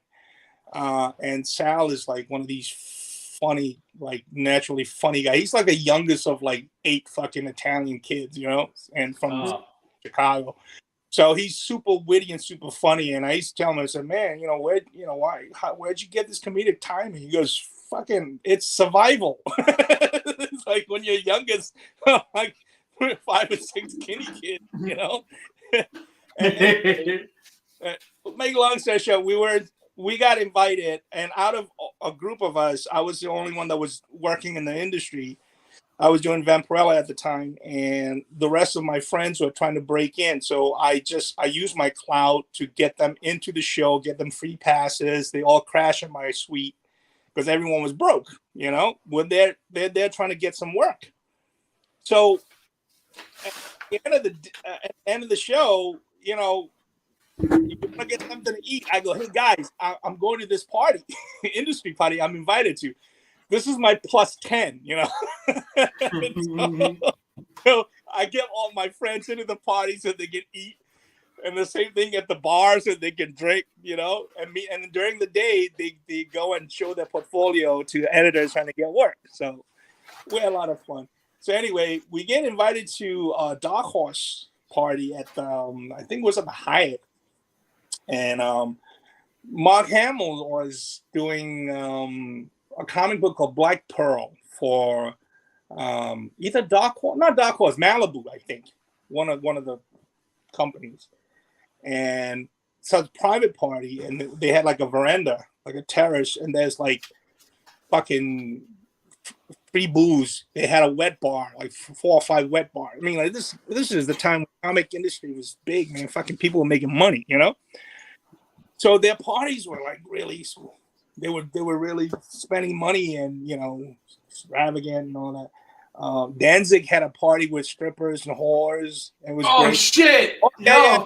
Get to that story after this one. So anyway, so we're hanging out, and my retailer friends and the geeks, they're like, "Hey man, is that Mark Hamill?" And you look over at the bar, and it's Mark Hamill. I'm like, yeah. So he goes, hey man, it's fucking Luke. It's Luke Skywalker. Come on, you fucking nerds. You fucking shit. I'm like, you're my plus 10. Don't fuck it up for me. Stop acting like jackwad. It's like, they're like, yo man, you think we can buy him a drink? I said, fucking the drinks are free. You want to buy him a drink? So they could bugging me. So I walked over there. I introduced myself. I said, hi Mark. My name is Buzz. He go, oh, you draw Vampirella, right? I go, yeah. And, wow, is he a comic book nerd? Oh yeah. He wrote comics then too, yeah. And so I was like, hey, can my friends are a big fan. They're being nerds. Do you mind? Would you do a couple of shots with us? He goes, yeah, that'd be great. I'm like, wow, okay, So I brought Mark Hamill over to our group. We're hanging out by the terrace. And Hamill came by, and we got some shots, and we're doing shots and shit, and it was great. He was telling us stories about George Lucas and shit. He was like, George didn't talk to me for a couple of weeks when I saw the designs for the Ewoks, and I asked George, hey, what are you trying to do? Corner the teddy bear market? Just fucking got angry and speak to him for like 2 weeks because that's what he was trying to do, So we were getting all this juicy fucking gossip, right? And it was great, man. And all the nerds were asking him Star Wars questions. I'm like, hey, so that movie Corvette Summer that you did with Penny Potts, I'm throwing all this obscure shit at him, And all of a sudden, like he was like, hey, do you guys partake? I'm like, what? He goes, smoke some dope? I go, well, yeah, So what? You have anything on you? I'm like, no, I flew here, man. I couldn't carry that shit. He's like, but my friend over there, JC from Ohio, he drove here. That motherfucker has weed all the time. He's like, really? I go, yeah. You want me to ask? I said, yeah. Could you do that, man? So I said, all right. He said, hey, James, Luke Skywalker wants to get stoned. You got any weed on you? And JC's like, oh shit, really? Yeah, I got some. Well, I got no paper though, And Mark Hamill goes, no, I got my own. And he goes into his fanny pack and he pulled out some bamboo. right? And Mark Hamill and my friend JC's in the corner rolling joints. Like the fucking Unbelievable. cool as shit. And like, so all the nerds are like looking around and make sure the security doesn't come over or some shit, right? So Mark Hamill was like, what are you guys doing? He's like, well, we just don't want to get in trouble. I said, this is a private party. Nobody gives a shit. We're up on the veranda, you know? And I couldn't help myself. I said, well, that's easy for you to say. If they come over, you can just use the Jedi mind trick and go, these aren't the joints you're looking for. Oh, man, that's funny. That's really funny. He goes, how long have you been waiting to say that? I go, for about 2 hours. I was hoping. So he's a cool dude then, Mark Hamill? And we all got stoned with Mark Hamill. Yeah. That's cool, man. That's really cool. Unreal. That's crazy. Same time, the next night, Glenn Danzig. Yes, here we go. Was trying to promote Verotic comics, you know? So right.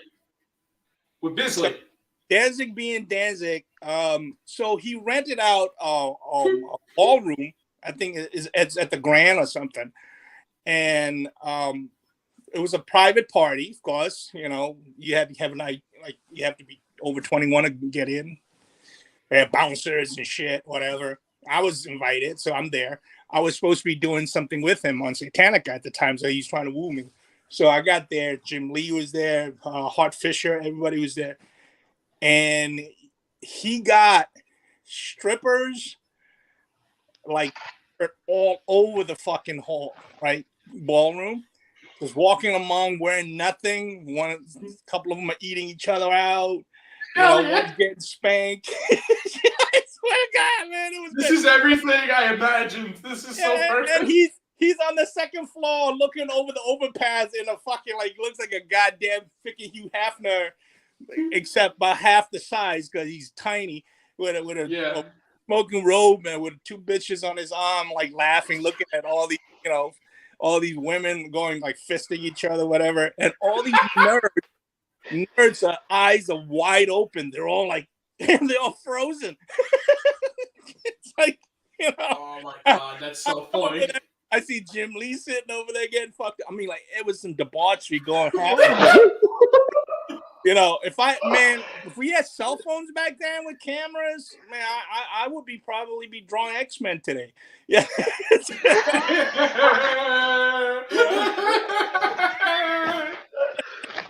And oh shit. And the funny part is, like, when the party was over, man, every fucking guy took a beeline to the bathroom, lighting up, all pitching tents. It was wild. Oh man. That next night. Oh my God. Oh my God. Which year was this? Myself, 94, I think, right? Steve Geiger, Gary Guzzo, John Romita Jr. Romita Jr. and I used to be drinking buddies. You call me Buzzy Boy, and he's Junior. Terry Stewart, who was the head of Marvel at the time, right? They took.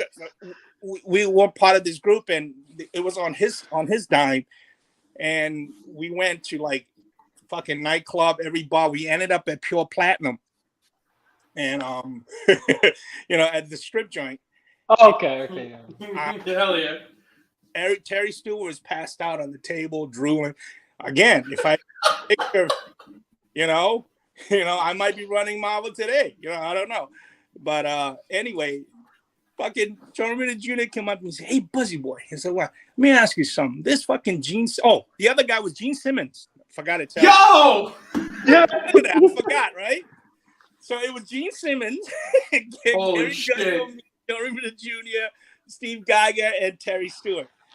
So it's like, this Gene Simmons guy, he's supposed to be a fucking millionaire, right? I go, yeah. He goes, he just borrowed like $40 from me so he can tip some fucking stripper. I go, what? Goes, oh, yeah. That's classic Gene. That's so Gene. Cash, right? And we turn to look, and then you see like Gene Simmons like putting the money in the stripper's shoes, right?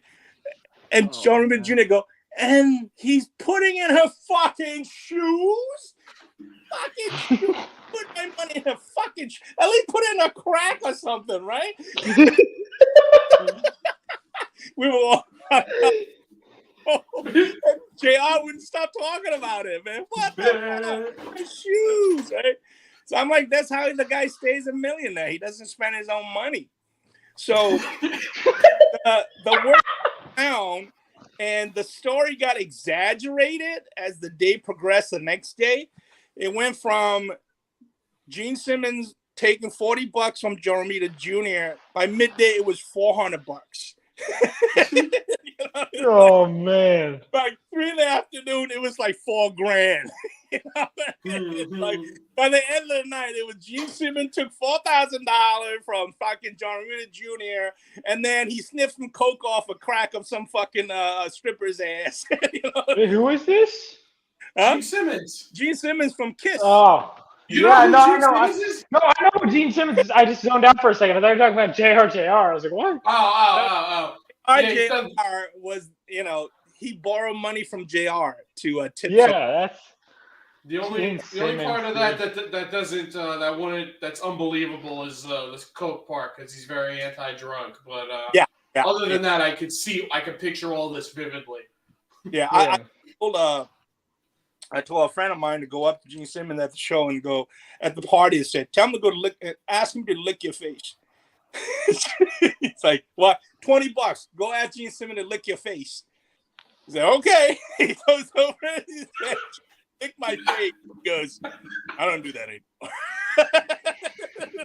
Like, wait, was your friend a girl or a guy? It was a guy. Oh, if okay. it was a girl, Girls then do it would be. lick her face. So I want to see how fucked up Gene was. So I told him to lick his face. I don't do that anymore. I don't do that anymore. Which means that voice too. Which means there was a time. Yeah, no, he has that booming voice too. I've heard interviews of him. It's kind of funny. Sounds like the fucking movie phone guys sometimes. Close your eyes, you forget Gene Simmons. Oh, he's a big dude, you know, and I don't think he knows anybody with that wig though. Yeah, he definitely hasn't had hair in a few decades. Wow, yeah. Sure. You know, his real hair is sticking out a little bit on the bottom. It's like, at least match the color, man. Shit. Yeah, man. That's got to be like, next to Macho Man Randy Savage, he has to have the driest hair I've ever seen in my life. Like, that thing. Oh, but I did get to ask Gene one thing. I said, hey, you know, how does it feel to be, you know, because he never married Shannon Tweet. They were together for a long time, you know? Right. Yeah. I said, how does it feel to be with somebody that's so hot that, you know, like, majority of the guys in this room is jerked off to? Right? His answer was, he goes, fucking fantastic. That sounds like him. Yeah, he's a big turn. I said, you know, like, Vaughn, you know about? I was gonna say, you know about the thing where he points to the audience, like people thought it was just some. People thought it was just some move he did, you know, because it looks cool, whatever. No, those were he was signaling the roadies which women in the audience he wanted them to bring back. Yeah. Really, Gene Simmons? Yeah, he would have a code. He would say like L23, which would be or something like that. Not like to point which section and which row. I forgot how he said it. It would be like, wow. Yeah, like this row, this thing's to get, you know, I want that one. That was in 80, ridiculous.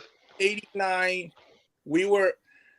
I was with my friends who had a band. They used to, it was called Zero Tolerance, and they used to tour with Faith No More, you know. And then there was one show they were at, what's his face? Skid Row. Was it Sebastian Bach? That guy, Christina Applegate showed up. Oh, wow. With her boyfriend. And the boyfriend went home by himself. And she told him to go home because she wanted to be with Sebastian Bach. Oh, my God. Sebastian. Never heard. I was there. We saw it. Yeah. That's crazy. That poor guy. How demasculating, my God. Yeah, he brought her over to serve her up to fucking Sebastian Bach on Skid Row. Okay. He basically warmed the seat for Bach, basically. He kept the seat warm for him. Dude, the best time, man. I grew up in the East Village in the, late 80s, early 90s, man. So I saw all the fun stuff happening. That was, the village, East and West. I used to manage a pool hall in the West Village called Tech Billiard. And it's on Christopher Street. And then after my shift is over, we used to just take Bleecker, walk all the way to the east side, go hang out in all the headbanger bars and all the rock bars. And that was an amazing time. There was, go to CBGB's, go to Spiral Bar, Alcatraz, Aztec, Wawa Hut. And like you'll run into rock gods and celebrities and it was just like a normal thing, and we act on because that's why they are there, because they just want to chill. So you run into a lot of people there and you go, holy shit, you're just cool about it, man, that fucking flavor is gone now. NYU bought it out like a fucking Alcatraz is now a sushi bar or something, It was like, that everything is sanitized. I'm like, nah, man, I miss the grunge and grime and the dirt, Like CBGB's gone, and I think, I don't know, it's a gallery or pizzeria or something like that now. It's John Varvatos, I think, if I'm not mistaken. Yeah. They preserved one of the walls, so you can like go and look at what the disgusting filth of what the walls used to look like back in the day. And the bathroom too, I think. I don't know why you want to go in there, but it's famous, but like, all the doors are torn off, and nobody ever go in the bathroom to really use it for anything unless you really have to. I peed in it, that's it. But you really want to take a shit in there, good luck, man. No, never in a million. Dude, that's like you're guaranteed hepatitis just taking your shit there. Like the thing was Haley's office is downstairs, right? Right. And I had a friend named Mike Mahoney that worked there, and this is when Haley was trying to start CBG's Records label, and he wanted to produce his own shit.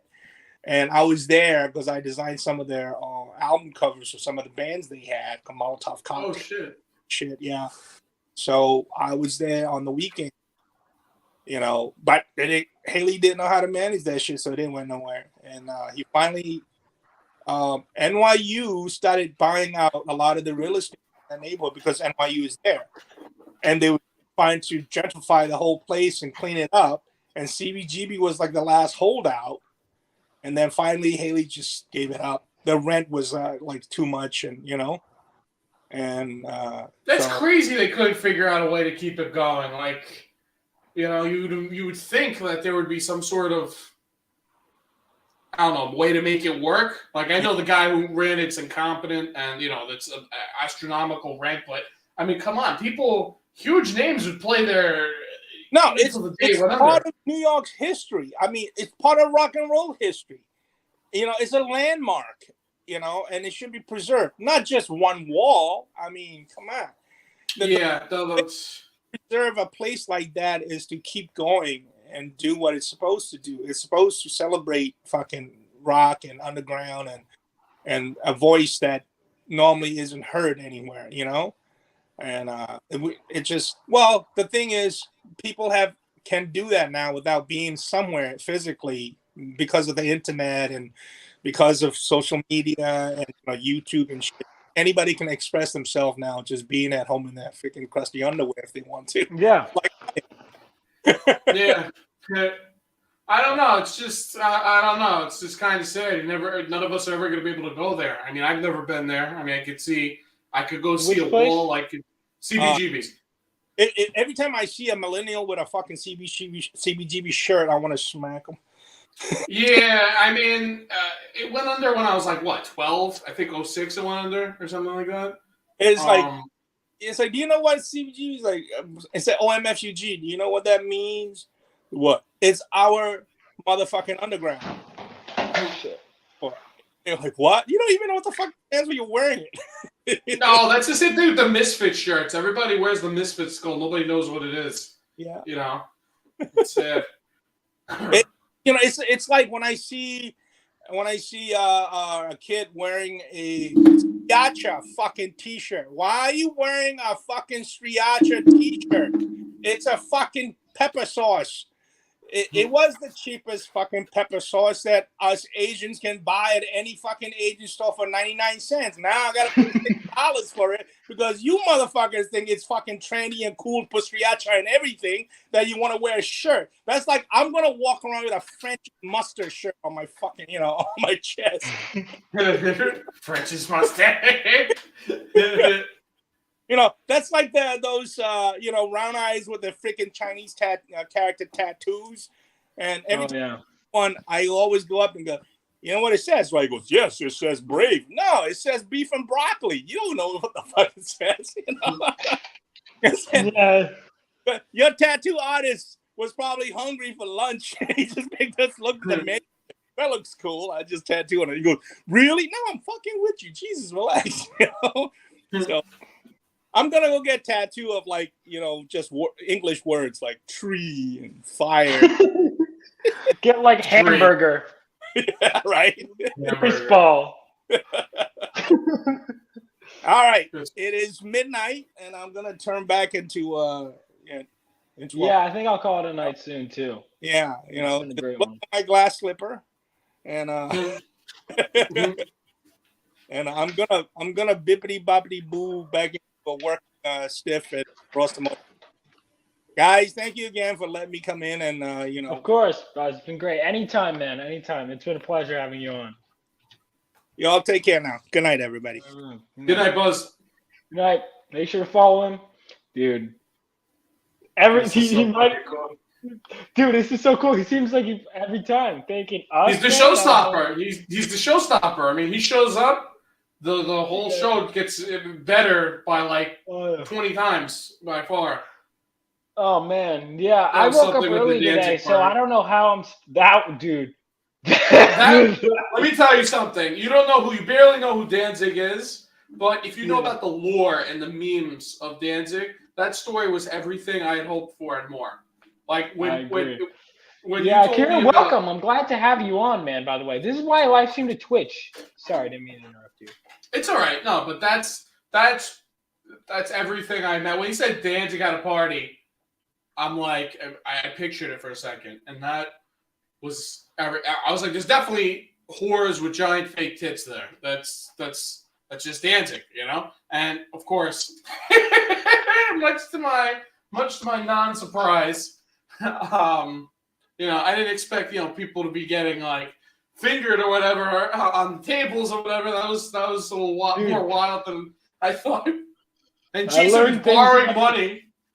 Yeah, fucking Gene Simmons borrowing from JRJR. He's like a fucking billionaire, dude. He's probably richer than several,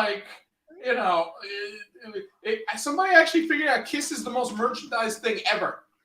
Really? More than Batman, more than Superman, you name it. There is Kiss coffins. There are Kiss condoms. There are Kiss toothbrushes. There are Kiss action figures. You name it. The man's a genius. He does a lot of stuff. I think on purpose to annoy people. Like he calls himself God or whatever. And I think he does that on purpose to bother people. But the man indisputably knows what the fuck he's doing. And he's a genius. He's like the all-time merchandising king. Fucking Kiss coffin. I don't think you could buy a Batman coffin. Like an actual coffin. It plays Kiss when you're dead. You can listen to Kiss music. And it has decals on the front of the boys. Dude, that's ridiculous. Like, bury me in this, honey. I mean, does it matter? I mean, that's the thing. Why the fuck are coffins like? I can't imagine it's why doesn't everybody just go in a pine box? If you think about it, it's kind of stupid to spend money on a coffin. If you think about it, because it's like the Egyptians did it, man. Yeah, but it's like you're dead. You ain't going anywhere. You're gonna be worm food now. Here's It's what. like- All right. Here's what I'm gonna put. I'm gonna put you in like one of those like plastic tubs, like plastic storage God. containers. Or put me in one of those clear coffins like they have fucking Vladimir Lenin's embalmed body in. So people could just walk in and be like, hey, kids, look, a fucking dead guy. Look at that dead commie over there. You know? Like, Why are funerals so damn expensive? Also, marriages. marriage is Which much is more expensive. justified? Well, listen, for whatever reason, there are a lot of women that think that, this is like the pinnacle of their life, marrying some fat slob, and this is my dream Well, day. listen. Whoever marries Von Coleman is going to be a lucky woman. Let me just. You better invite me to your wedding, you piece of shit. Yeah. Oh, you'll be there. I'll better be there. And You I'll better be at like, the bach- see. have a good bachelor party too. That's Yeah. yeah. Look I me don't up. know about mean, the Danzig level. I don't know about that. Yeah, well, actually, that's the new high bar. Me, Buzz, and Billy Tucci with the strippers will be, Wait, he didn't say Tucci was there, did he? No, but I want Tucci. Yeah, Billy doesn't. Billy doesn't. I feel like seem that's- Yeah, he doesn't seem like a stripper type. Who would be better? Who would be more of a stripper type? Dale would be the stripper type. Dale Keown. Yeah, Dale Keown, 100%. Dale Keown would be all over. I should have asked him who else is there. I feel like if I had pried a little, I guarantee Buzz has Dale Keown's story, dude. Oh, he has to. Him and Buzz probably, if they haven't met, would get along so swimmingly. Like, they just seem to have those complementary personalities, Like, It's hard to describe. I mean, you have the ultimate, he obviously admires rock stars, Buzz. And Dale pretty much is a rock star, like literally. Yeah. I mean, there's not too many people I know you can't not be a rock star and then have one stream, pass out on the stream in a drunken stupor and gain 1,500 subs from it. And it's like, that's just a rock star move. You benefit Bobby, from I'm telling you. Tampa Bay Comic-Con, we gotta go. What is it, July? Who the fuck decided July in Florida was a fucking good idea for a con? I don't know. We all gonna get swamp ass, son. Like, seriously. Look. All right, well, I want to go. So. I want to go too. I'm just, Let's go, man. I'm bitching, but I still want to go. I gotta make it work. Yeah, we gotta. Look, I say we get the table, and then if we could always just let's look at the cancellation policy. Are there going to be strippers at the? I doubt it. I'm gonna have trouble getting that out. Dude, he was wearing a fucking black velvet coat and he was laughing on top. That's like the most Danzig thing. I was gonna ask him if he had a throne of skulls. That's the only thing that would make him more Danzig. All fast at hell. Yeah, he seems to agree. I'm good at parties, high key. I'm funny as fuck, I think. Dude, I'd love to meet you, Akira, already. Akira is a cool dude. Dude, we get the coolest. I don't even know how you found me, Akira, honestly, because I literally just, I mostly am on YouTube, and my name's not even the same on Twitch. It's V-Man Rocks. But honestly, I'm glad you found me, dude. This is why I stream on multiple platforms. We get pods and podcasts. Next time, I'll tell you about me, Billy, and a couple of hot waitresses at after-hour bar. A cowboy and his racist homie girlfriend. Good night, boys. Buzz, I can't wait. I cannot wait. Buzz is the man. Buzz, you are the man, dude. What a I mean, all right. Truly enriched our lives. Yo, yeah, really. Buzz, let me show you what I'm working on. Oh yeah, all right. Let me get you full screen. This is a commission for a friend. I'm involved in something called Warrior Con, which is a convention we have that's devoted to my hero, the late legendary wrestler, the Ultimate Warrior. And basically, I did all the banner art for it. Now, this is pretty much a redoing of one of the banners for my friend as a gift for Christmas. So it's pretty much exactly the same, only I added, he's on a cliff in the original. But this one has him on a chimney because he's Santa, because it's Christmas, get it? And right. I have to still draw the bag. I can't get used to the mirror here. the bag, where with Santa bag or whatever, still has to go there. But you can see a Santa hat, everything like that. I should do more of a art display stream, but yeah, this is what I'm working on. Look at that hatching. Look at that hatching. That's something that takes skill. That's something that takes years and years of shitty hatching. That is the one thing I will tell you, Vaughn. That's the hardest thing to develop as an artist. Anatomy is pretty hard. Getting to be a very consistently good hatcher is very difficult. In fact, I'm not even comfortable with it still. I have to do it in very short bursts. In fact, hold on, let me show you some more shit over here. These are the other ones. This is some more.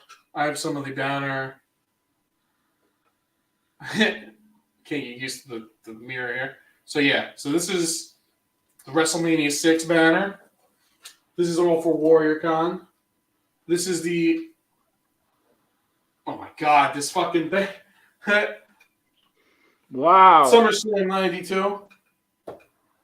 Royal Rumble 91. Like, they were colored. On my Instagram, if you go on my Instagram, you have these all colored. I colored them myself. But yeah, the commission I'm doing for my friend as a gift, this is the same one. So I just blue lined this. Like I got a blue pencil, I traced it, and I made the Christmas version. And then we got only 2 more. Yeah, and then there were this. These are all going to be giant ass banners at a convention coming so soon. That's Thanks, bro. awesome, dude. Thank you. Yeah, fucking hands of the baby. So you're an artist too, Kira? And yeah, to answer your question about the Discord, yeah, I didn't want to look away from Bobby's art, but I'm trying to figure out. I struggle with making a Discord. Yeah, you're an art dude. That's great. Yeah, so I'm a writer, editor of comics, and did you know this is a comic-related stream here, or did you just happen to? Anyway, yeah, I was gonna put that in the title, but I ended up not.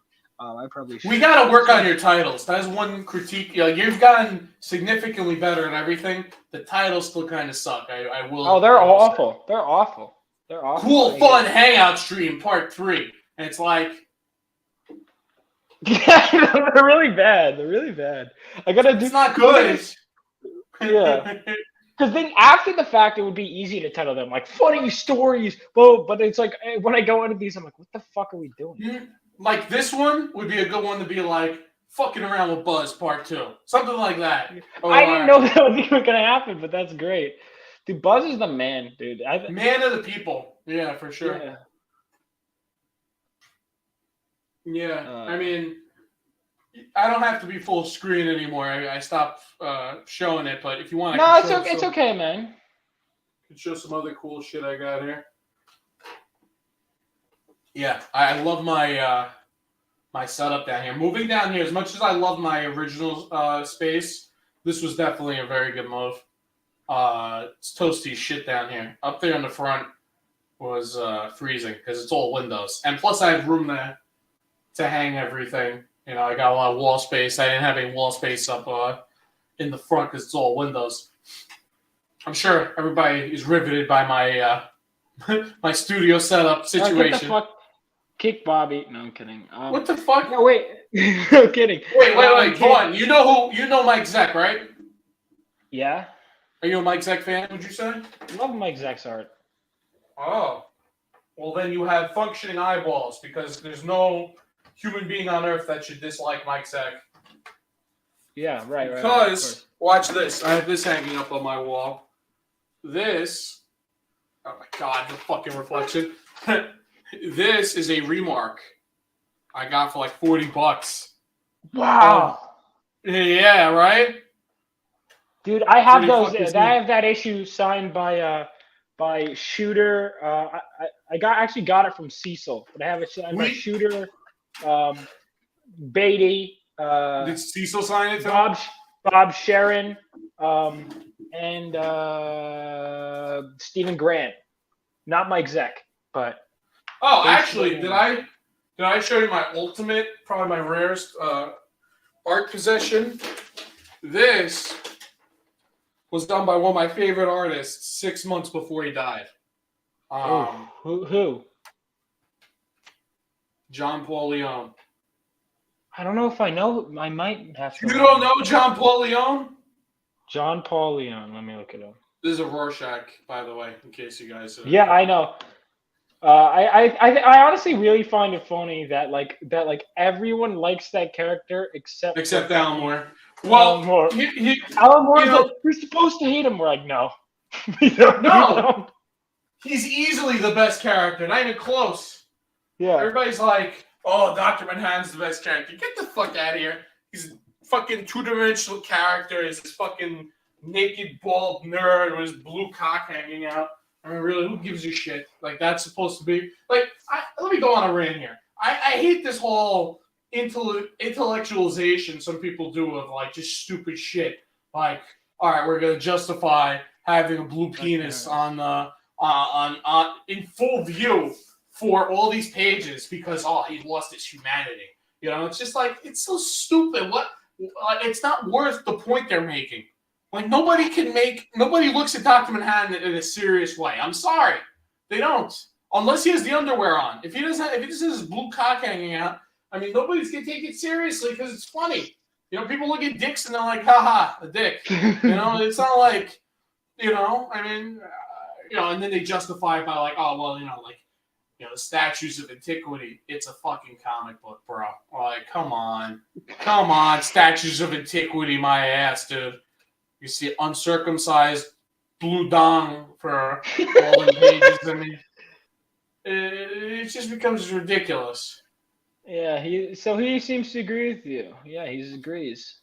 I also think Watchmen is the most overrated book. I love Rorschach, by the way. One of my fantastic character, but the actual story of Watchmen is insanely overrated. What's funny is Yeah. Rorschach, because I actually think it's a very I think there are problems with it. I don't think it's perfect, but I think that it's a very, very well structured story. I think that it's funny because I think it's actually a lot of the best things about it are the things that Alan Moore's pissy about, like how nuanced the story is. He's pissy about everything, dude. You can't have a fucking conversation with this fucking guy. Everything's angry about this, angry about that. This fucking fat communist nerd wizard. That's just all, woe is me. Meanwhile, you became a multimillionaire off writing comics. It's something that, most comic book professionals can't even fucking rub two pennies together. And here you are, multimillionaire from doing it, even though you're a communist, but, we're just going to overlook that. And it's like, you had it pretty good. All right, DC fucked you over with the rights thing. All right, it's like, all in all. Who didn't they fuck over? Yeah, but it's like all in all, I think you came out on top, no? Don't you think you came out on top? People revere you in spite of your incredibly off-putting personality. People still to this day revere you. And it's like, I don't see where the tragedy is. Like, he makes it out like his whole life is a tragedy. And it's like, I'm struggling to see it. I really am. And he always does this whole pity party thing. It's just like, I don't want to hear it, dude.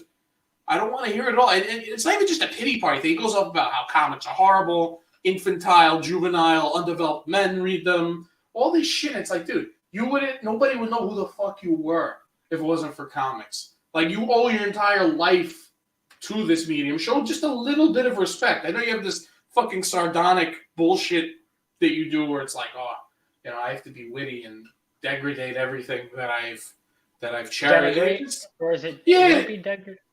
Yeah, it's just like, listen, it just seems like it's a chore just to be in his presence, quite honestly. It's just like... Look, I've never met the guy. I'll be honest. I would like to meet the guy, and if I have any unpopular, any bad experience, at least I have that experience. You know what I mean? But I'd love to meet him and talk to. I think he's a very fascinating guy to listen to. I do. Would he give you the time of day? He doesn't look. Granted, that's a good point. I'm judging this off of interviews, public appearances. Maybe he's a totally different guy if we sat down and had a bro. In which case I would gladly eat crow. But if we're going just based on what the man says and his own views of the world, I gotta be honest. I'm not particularly impressed. nobody wants to hear you bitch about, the thing that made you who you are. I mean, it's just like a ground level of reverence that everybody should have for the medium. The business is one thing. The comic book industry, the mainstream comic book industry is actually not a very good business. I don't want to get into that because, it's still fresh wounds. We're talking about Alan. He asked who he is because he got lost for a second. We're talking about Alan Moore and now comics. We're talking about Alan Moore, a man who has done books that I love, but he also... Which ones do you love? Because you're not a huge fan of Watchmen. Which ones do you love? Oh, I hate. I as a story, I think I hate Watchmen. Honestly, I would go beyond because think about it, dude. It's look how much damage it's done. It's done a lot of damage. There's no doubt about it. Look how many people think that they're like these, pseudo intellectuals. I was talking about it. Was I talking about it with Kayla? I forget if I was talking about it with Kayla or not. You might have been, but it's done so much damage. Almost every book now tries to ape Watchmen. Does a horrible job of it. Heroes are heroes, villains are villains, anti-heroes are anti-heroes. We don't need this whole middle ground that everybody's gray and everybody is not really a good guy. Everybody's awful, and it's just so depressing and bleak.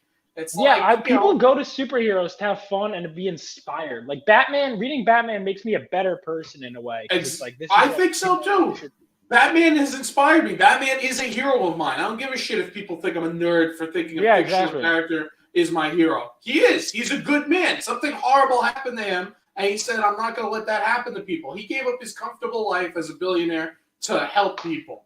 And you know what? That's honorable to me. And if you don't agree, well, fuck you. And, I agree. He's my favorite fictional character of all time. All time. Me too. He's up there. I'd say he's number one. I'd say probably Rocky Balboa is two, and but or maybe they're tied. I don't know. But it's just like I don't want to hear the shit that he's done a lot of damage. I mean, look, Killing Joke is pretty good.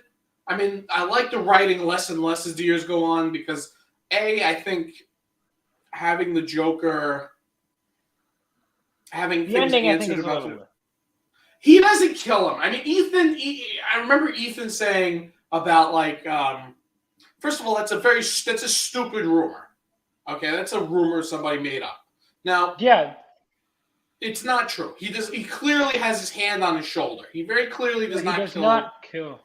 He very clearly does not kill the Joker. First of all, the script for fucking Killing Joke is stupid long. I've told you, it's as obnoxious gets. It's like literally 3 pages to describe the first panel, and which is just rain falling on the sidewalk or whatever on the street. Yeah. And so with that reasoning, with everything, there's not a thing left to mystery in this script. Everything is meticulously laid out to literal nauseum. Don't you think that would have fucking come up in the script? Because in the script it just says they laugh or whatever. It doesn't say anything about him killing the Joker. That there's not a shadow of a doubt that if Batman snapped the Joker's neck like these people allege, I think Grant Morrison, actually believe it or not, they've had beef, Alan Moore and Grant Morrison over this point. Really? Yeah. He hates Grant Morrison. It's very weird because Grant Morrison idolizes Alan Moore and Alan Moore can't stand there. And this is one of the things because Grant Morrison is a big proponent of the killing theory. They killed Joker. But that would be laid out in the script. There's not a fucking doubt about it. That would be in the script if he killed him. He didn't. It's not in there. Just as they share a laugh or whatever. So I don't understand where this comes from. I think it's just one of those stupid fan theories. So it's an okay story. I do like the idea of the yin and yang dynamic of Batman and Joker, where tragedy strikes one, he becomes a horrible person that wants to inflict as much pain on people as possible. The other one, tragedy strikes, but he becomes a good man who wants to save people and make sure it doesn't happen to anyone else. And I do like that element. And it's very weird because Alan Moore is a person, and it's hard to, knowing what you know about him as a person, it's hard to imagine he wrote Killing Joke.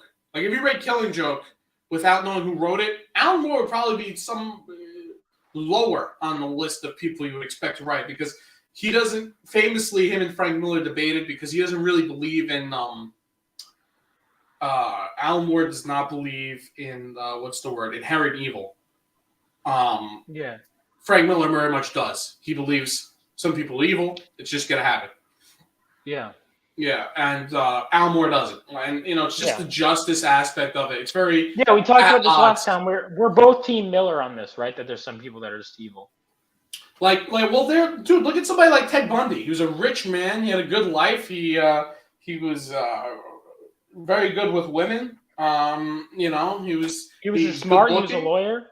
He was good looking. Represented himself in court, which is why he lost. Which some people think if an actual lawyer, well, not an actual lawyer, but like if a competent lawyer that was not him represented him, he actually would have gotten off somehow. But yeah, he had everything life had to offer, and he still was killing people. So, but it's just the whole thing about like the simplicity of good and evil, which is it's so at odds with Watchmen. Like, I mean, Killing Joke is really a story about good and evil. It's a story about like there's inherent good, there's inherent evil. It's a story about not letting tragedy dictate your life because that's a slippery slope. If you let circumstance define who you are, it's a very some people I know like Graham give the story shit, but I think it's actually quite a good story. Do I think it would be as good if someone else other than Brian Boland drew it? Absolutely not. That art is what makes the story.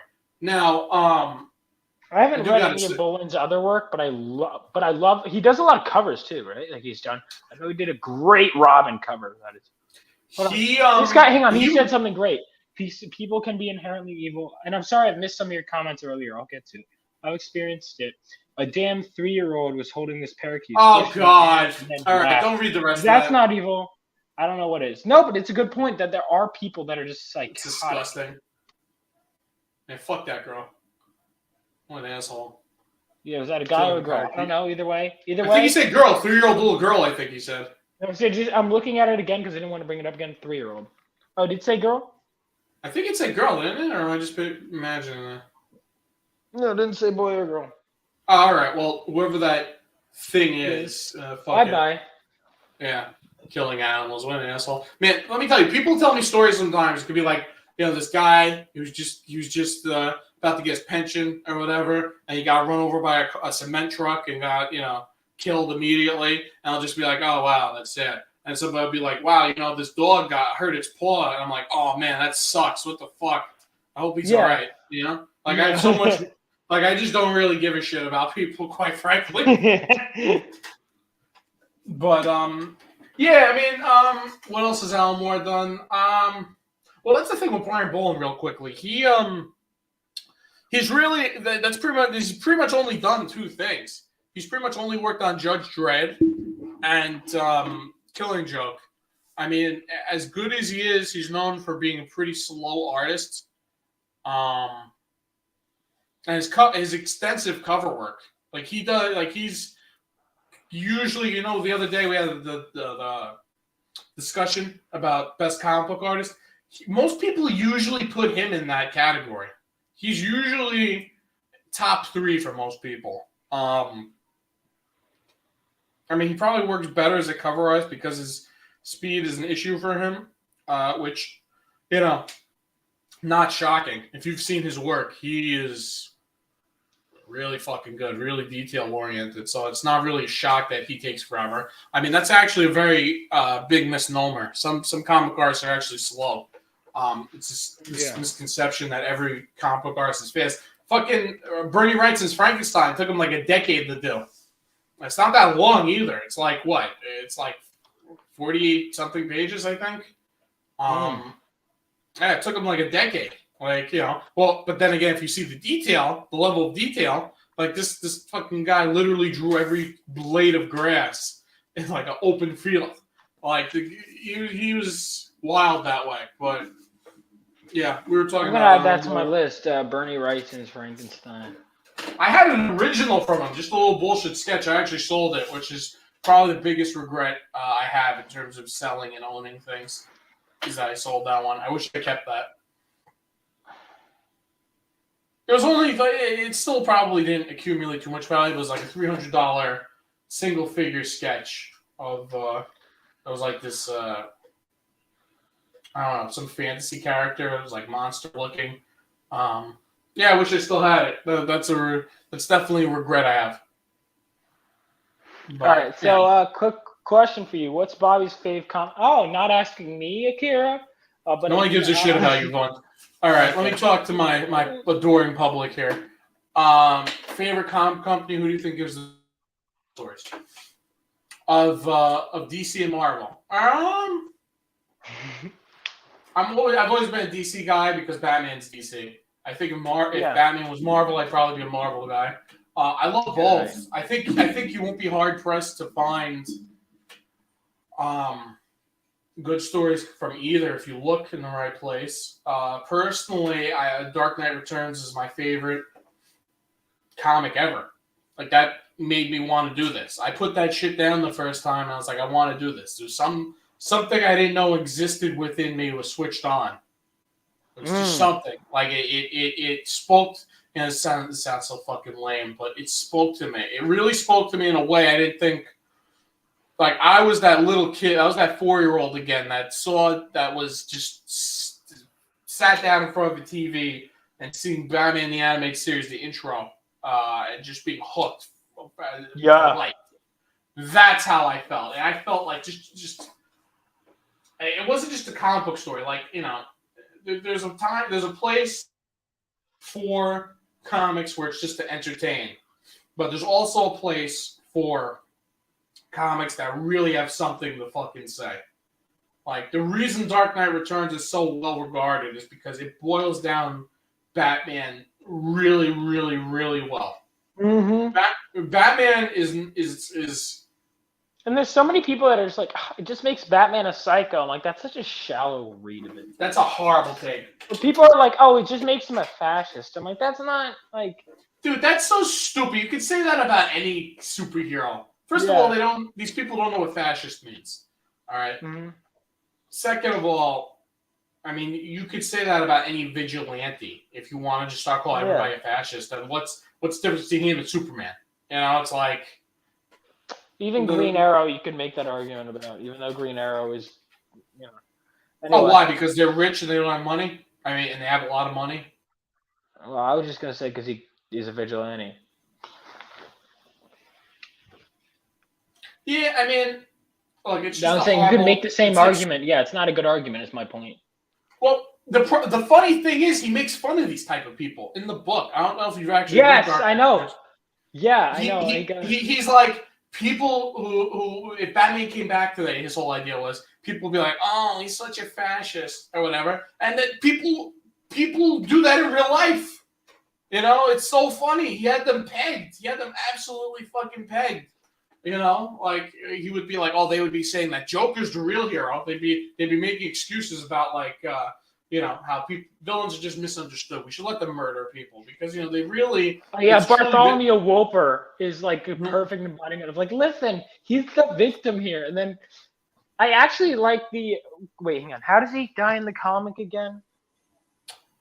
Because in the movie, I actually like the movie version better where he goes, fucking slashes him across the throat. You know what I'm talking about? Yeah.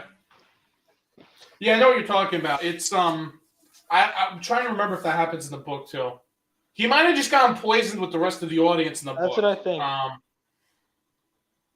But yeah, it's just I hate the whole fascist thing. The fascist thing is so stupid because I've heard it said about every superhero, honestly. I've heard it said about Superman, Captain America.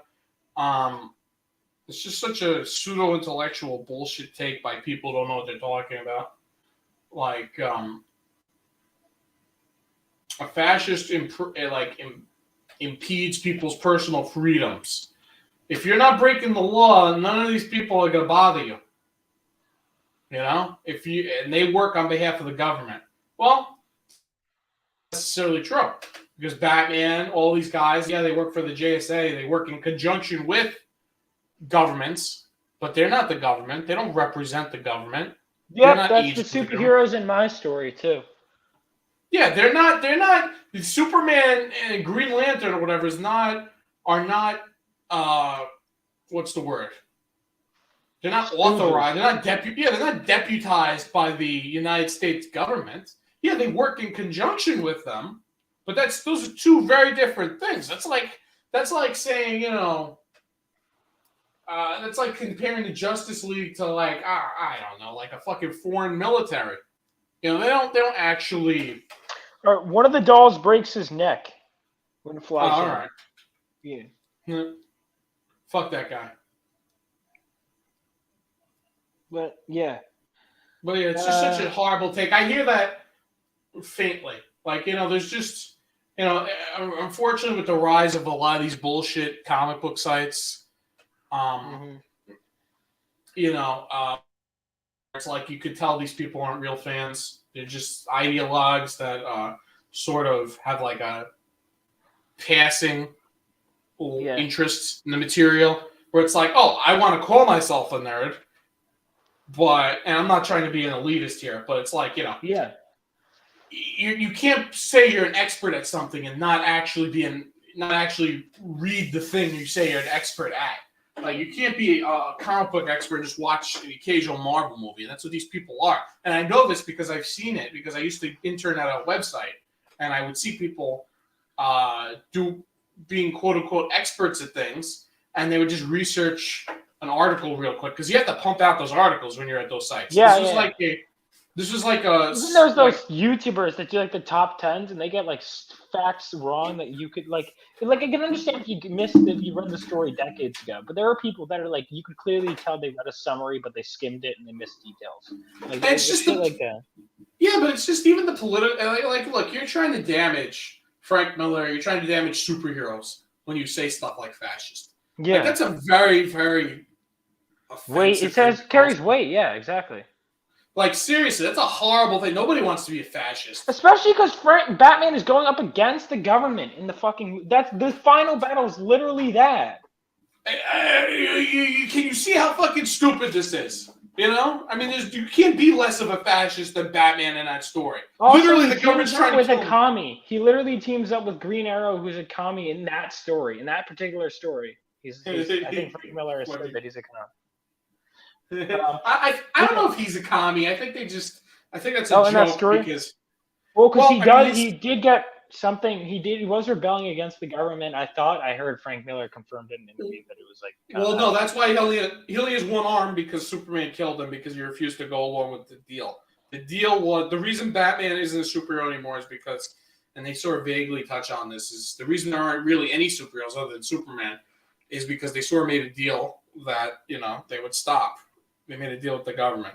And the only one not to agree with the deal was Green Arrow. And basically Superman ripped his arm out. So he would agree with him. And that's why, even though he didn't have to use Green Arrow, he could have shot him kryptonite himself. Green Arrow wants to be in. He wants in. He wants to get his revenge on Supes for doing that, And he still hits him with a perfect fucking bullseye, one fucking arm, from like 8 blocks away, which is awesome. Yeah. Hold on. Green Arrow, Green Lantern is awesome. Hal Jordan's best Green Lantern. I agree. I love Hal. Hal's my favorite. Best one. Superman, Red Sun is awesome. A Soviet Superman, that's cool. Yeah, I need to. Yeah, I haven't read Red Sun yet. I want to. I like Mark Millar. I don't know if I've read any Mark Millar stuff. Going to think of it, because I've seen Kick-Ass and I've seen Kingsman. I remember liking Civil War, or at least the art. Oh, that was Steve McNiven. Who's the art? Steve McNiven. Oh, and he's so fucking Michael Turner. Michael Turner did a lot of the art for it, didn't he? You know what was sad? Arts? I totally forgot about this. People used to shit on Michael Turner right before he died, which is really sad. They were like, what did they say then? They didn't like how he drew women. They, would give him like the whole Liefeld treatment of this guy's art. It hurts people. It hurts people. This art. Oh, and You now know, they're gonna pretend like they weren't assholes to him that he died. that's exactly what they did. That's exactly what they did. This is the But- problem with being sanctimonious and shitting all over people because they're doing it with Frank Miller now. And you know, the second that And then when he that horrible dies, that- they're gonna be like, "We were never mean to him. We loved him." Dude, they were trying to fucking get Stan Lee in trouble right before he Oh, died. and then They were saying, and then as soon as he died, they were like, "He was just like me." It's like, you fucking assholes. like, listen, We know what you I don't did. want to get in a whole political discussion. Yeah, But- neither do I. I have problems. I have some serious issues with Stanley. Honestly, he wasn't a great guy, in my opinion. I mean, You you think know, so? he just- Alright, we'll get into it. I don't want to get into it now, but we'll. I don't want to get into it, but here's the thing: to allege that this decrepit man who's circling the drain obviously does not have a lot of time left on this earth, right? Whatever sins he committed were not worth alleging that he sexually assaulted someone as a 90-whatever-year-old, right? Because he was getting a sponge bath by a nurse because he was too old to wash himself. That's what they did to him. This nurse was like, "Oh, this guy groped me or whatever," and it's like, dude, are you fucking kidding me? Are you kidding me? Like, come on. They're trying to get him in trouble, like right before he died, and get his handler stealing his blood.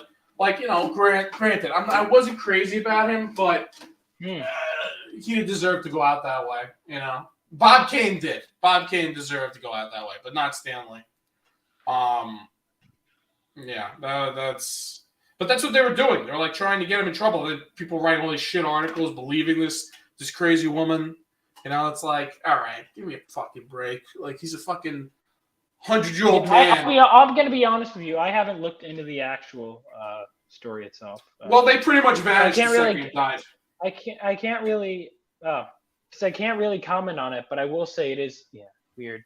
Well, that was pretty much the crux of it. The crux was a nurse, one of Stanley's nurses, suddenly alleged that he was like trying to do stuff with her when he was, being given sponge baths, which is like, all right, I find that almost impossible to believe. Like, you can see footage of Stan Lee in his final years. He was in ill health for a good 5, 6, 7 years before he actually ultimately passed. Like, I think he had stopped doing public appearances like a couple of years before he went. Like, he was not doing well, and he could barely move. Like, you could see him signing books. It's a struggle for him just to sign a book, and just claim this is ridiculous to me. But everybody treated it like it was absolute gospel. Nobody questions. People. It's just like we should have learned in this society by now that people have nefarious goals sometimes. People like to pry on the sympathy and goodwill of others. Like, nobody wants anybody to get hurt, but at the same time, you gotta realize when you're being had. And this definitely sounded like, she was bullshitting. And, everyone ran with it. People who allegedly respected this industry went with it. Not hook, line, and sinker. Not even questioning, just, it definitely happened. Definitely happened. And then he passes away. He's a legend. His legend died. Like, the world will never be the same. All this shit. And it's like, I hate stuff like that, man. And I don't remember what we were talking about before we got on Stanley. But, I did. Yeah, I never got to meet him. I was going to meet him at one of the Big Apple Comic Cons. Yeah, I was going to meet him at one of the Big Apple Comic Cons, but because he was in ill health, right? This was about 3 years before he died. He was replaced with Jim Lee. So I met Jim Lee. So, it wasn't too big of a downgrade. No, not at all. Yeah. One of like 5 times I met Steranko that day. I think that was the first. That was the first one. First of 5 times, dude. You could get him on the show. Whew. I can. You What can. cons are y'all gonna go to next year? No, I can't. Anyway, hold on. You piece of What shit. cons are y'all going to next year? I might be going to a few in Texas, Oklahoma. But no, I asked him. Hold on, I'll answer your question in a second. I asked him He said he doesn't do them because I asked him to get on Pop XP. He said he didn't do them. Interviews? Yeah, podcasts in general, really, because that doesn't surprise because me. once he has to say yes to one, he has to say yes to all of them is his idea, and he said he'd spend the rest of his life doing them if he did that. You know what's funny though? There are like 2 or 3 interviews with him online. It's weird. He's not much of an interview guy. I guess you're right. There's one where he talks for like straight up like 2 hours, which is great. Like they just basically ask him about his life, and he's just talking for 2 hours. You gotta guess. You know? Have you ever read Graphic Prince of Darkness? No. Oh. Hold yourself. Hold yourself. I gotta take a piss real quick while you do that. All right. All right. And then, hey, Bobby, all right. I'll answer this guy's question. Then you grab that, and then I'm gonna wind it down and call it a night soon. All right. Sounds good. All right. I'm just gonna take a piss. Go ahead. Ladies and gentlemen, while one is urinating, lend me your ears. Where the fuck is this?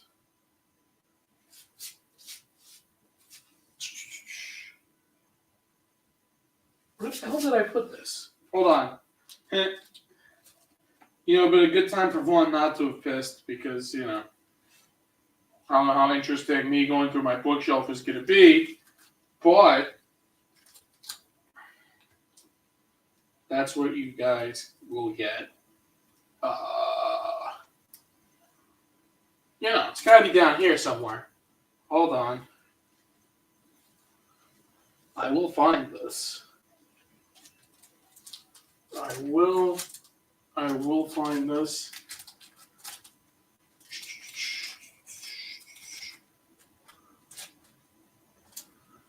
Where the hell is it? Ah, here it is. Here it is. Oh. I told you I don't disappoint. Oh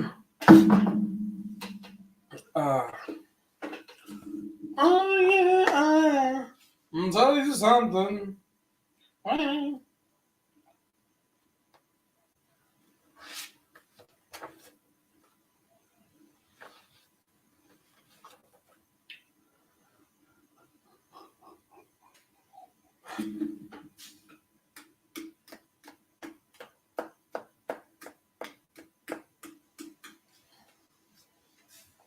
Let me hold your hand. You think you guys would be listening to my ass singing?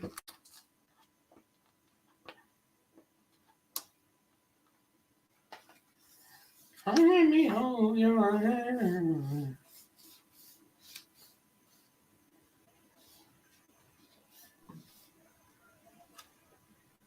What's up, bitch? Yo! I listened to that whole thing, by the way, because I had YouTube. You're a nerd then. All right, so one, as promised. Also, Akira. It's not Akira Toriyama, is it? In chat, huh? We're thinking about going to Tampa Bay and getting some serious swamp ass. Oh yeah, we're planning on getting some Tampa Bay, maybe some others. I've actually never really been to Texas or Oklahoma. So I'd love to go. For about $5 to $10, you can find this online. This is Graphic Prince of Darkness. This is an excerpt of the still yet to be published autobiography of one James Steranko. I don't think he has a middle name, but I would have said it right there if he did. This has some phenomenal stories in it. Like, you wouldn't believe some of the shit you hear.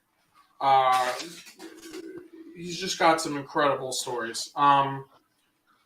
He has some original art. He has some unpublished pages. Like, there's this Dante's Inferno story. If you look over here, that never got published, that he did. I also didn't know he's basically only pencils. Most of his ink work from some of his more famous illustrations, art, is just like colored pencil, like black colored pencil. and it's just scanned at a very good resolution. Like, look at this. Look at this. Look at this. This is what Jim Steranko does on the weekends. Like, he just goes safari. He just goes out in the safari and starts shooting people that look at him funny. You know, that's what he does on the weekend because that's the type of guy he is. You know, I always said Jim Steranko is basically James Bond in real life. That's basically him. And this is Steranko Noir. This is an obscenely rare book. But yeah, get this. If you want to laugh your ass off, here's some crazy stories. You could probably get it for like $5 on eBay. But this is Steranko Noir, Arte Noir. And it just has some really... This is probably... We don't really have an artist edition. We do, but it's not Steranko's best work. It's still his Kirby face. Because his first few issues of Strange Tales, he's pretty much aping Kirby. But that's pretty much what they wanted him to do. They want him to ape Kirby. They want everybody to ape Kirby. But that's the artist edition. It's all that era. And that's not really what the fans want. Once he starts getting into Agent of S.H.I.E.L.D., that's when the shit gets really good. But yeah, you get all the original art from the Chandler Red Tide book. That's all included in here. And it's just a fantastic read. I don't know why I pulled this up too. Oh, Outland, bro. His fucking Outland book was the shit. Oh, man. It wasn't a book. It was published in Heavy Metal. Remember Heavy Metal was good? But yeah, so... Yeah, that's my Steranko kick of the evening. And if you guys didn't enjoy that, suck a fat one. Yeah, such a way with words, Bobby. I tried. Right, so, to answer your question in the chat, Akira, yeah, if you're going, share a room, DM me, whatever, yeah, no, we'll figure it out. We'll talk. Will we figure it out? Possibly. Either yes or we won't, which would mean, if we don't, which would mean figuring it out. Anyway, whatever the fuck. What was I saying? Okay, we're gonna wrap up the show. I'm gonna say, so for those of you watching on, if you're interested in my Twitch is VManRocks. That's shut the fuck. It's so fucking lame that it's actually fun. It's pretty much your banner on YouTube if it was a name. That's pretty much. All right. Speaking of my YouTube is my name. The mirroring throws me off every time. Vaughn Coleman. So you can find me on all my socials. So I think it's Vaughn M. Coleman on Twitter, but you'll search for Vaughn Coleman, you'll find it. My Instagram. Thanks, Bobby. Very helpful. My Instagram. I edited a graphic novel actually that Chuck Dixon wrote. There's some other stuff coming down the line. There's another one by the same company, but Chuck Dixon wrote a graphic novel called Hunter. Are they really trying to get a movie made? That would be sick. They're in talks. Yeah, you can find an interview on it. You can find more information on it. But yeah, Hunter Ninja Bear. There's interviews on YouTube talking about it. I was on one. Yeah, it's a great. It's over 360 pages for just $30. Great read. I'm working on some stuff of my own, but you can keep up with me on the socials, and I'll update you guys on that. I have some other stuff in the works that I've edited, and then going forward. So yeah, that's me. Keep up with me on all that stuff. Bobby, what about over to you? I'm doing my own thing. Probably could put the pre-launch for Brew Tour up within the next couple months. Probably spring, I'll put it up. Early spring, I'll put up the pre-launch, and a couple months after that, I'll launch the damn thing. Hopefully, I'll have the pages. I'll have the pages colored by one of my peers that I'm in talks with to have. I'll do it. Yeah, I'll color it. Do you know how to color? Colored pencils. All right. And anyway, so yeah, so I'll have that going. So figure like March-ish, April-ish. I'll actually have the campaign up. I think they said April and November are the two best months to launch something on crowdfunding, because I'm unsure if I'm going to do a Kickstarter or Indiegogo. Both have their ups and downs, mostly downs, and Yeah, you can find me in my link tree. I'm posting on Instagram. Sometimes I will do a show on YouTube. I should do those more often. It's just not all of us can get buzz on this show, so you know you can I see didn't why I expect hop that on. either. Hey man, you know what? Whatever. When lightning strikes, you go outside and stand under a tree. I don't know what that means. So that's the exact Dude, don't do that. that's the exact opposite of what you want to do. But yeah, do it anyway. With lightning strikes, All right, that's gonna be on your tombstone. go outside and stand under the biggest tree you can find. So yeah, so my link tree. Hopefully, Vaughn will remember to put it in the bio. And yeah, that's it, guys. I've got a lot of good stuff brewing, and hopefully, I could kidnap a few of you to come on board with me. Yeah. All right, boys. It's been a good one. So we're gonna. Long fucking stream. Yeah, I did not expect it. I woke up earlier in the morning, and I have been up for a very long time. You flew down there? What? You flew down there? Yeah. Okay. Yeah, I drive to Florida. That's why I'm asking, because you can. Yeah. Anyway. All right. Bye-bye. See you guys. Bye. Yeah, we're gonna end the broadcast now.